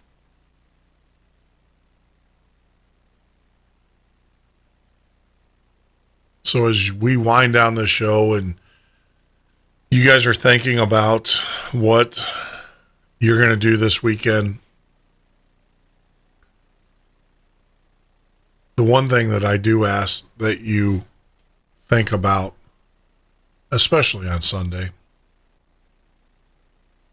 are the 3,000 plus Americans who lost their life,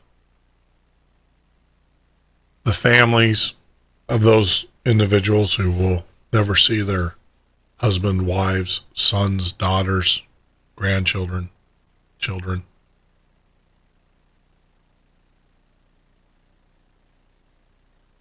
And think of them. And if you can, be with someone that you love, a family, people that you care about, do that. Because you never know. You never know what is in store for you. As a good friend of mine used to say, when you pass, when you leave this earth, you no longer have knees that you can get down on and ask for redemption. You no longer have that ability. So whatever's going on in your life, or whatever you need to do to make it right, make it right. We've all made mistakes. I have. Like I said, my life is my ministry. And what I give to you as we wind down is, all you have to do is ask. It's simple. It's not that difficult. With everything that's going on around us, with the New World Order and the control and the government and the belief that we are heading into our own abyss, you must remember one thing.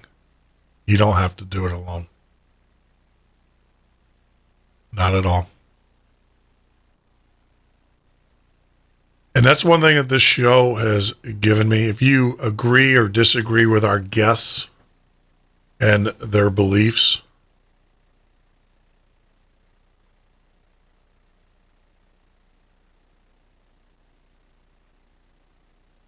it doesn't matter. What matters is that we are all on this small globe, spinning to a uncertainty. But we're all doing it together. We are all spinning to that uncertainty together. Some of us have found peace. Some of us have found solace. Some of us know the secret. Some of us don't.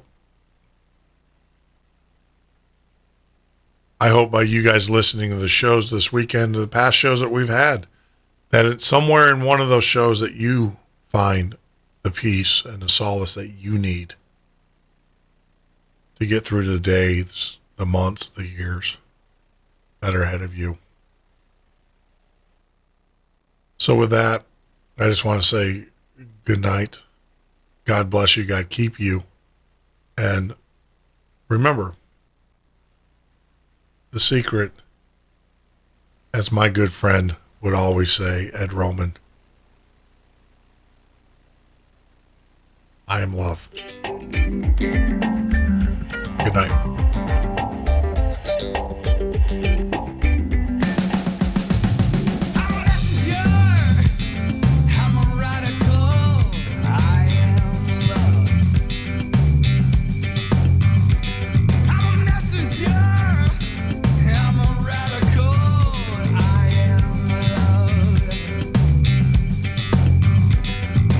Any other human being who's crucified.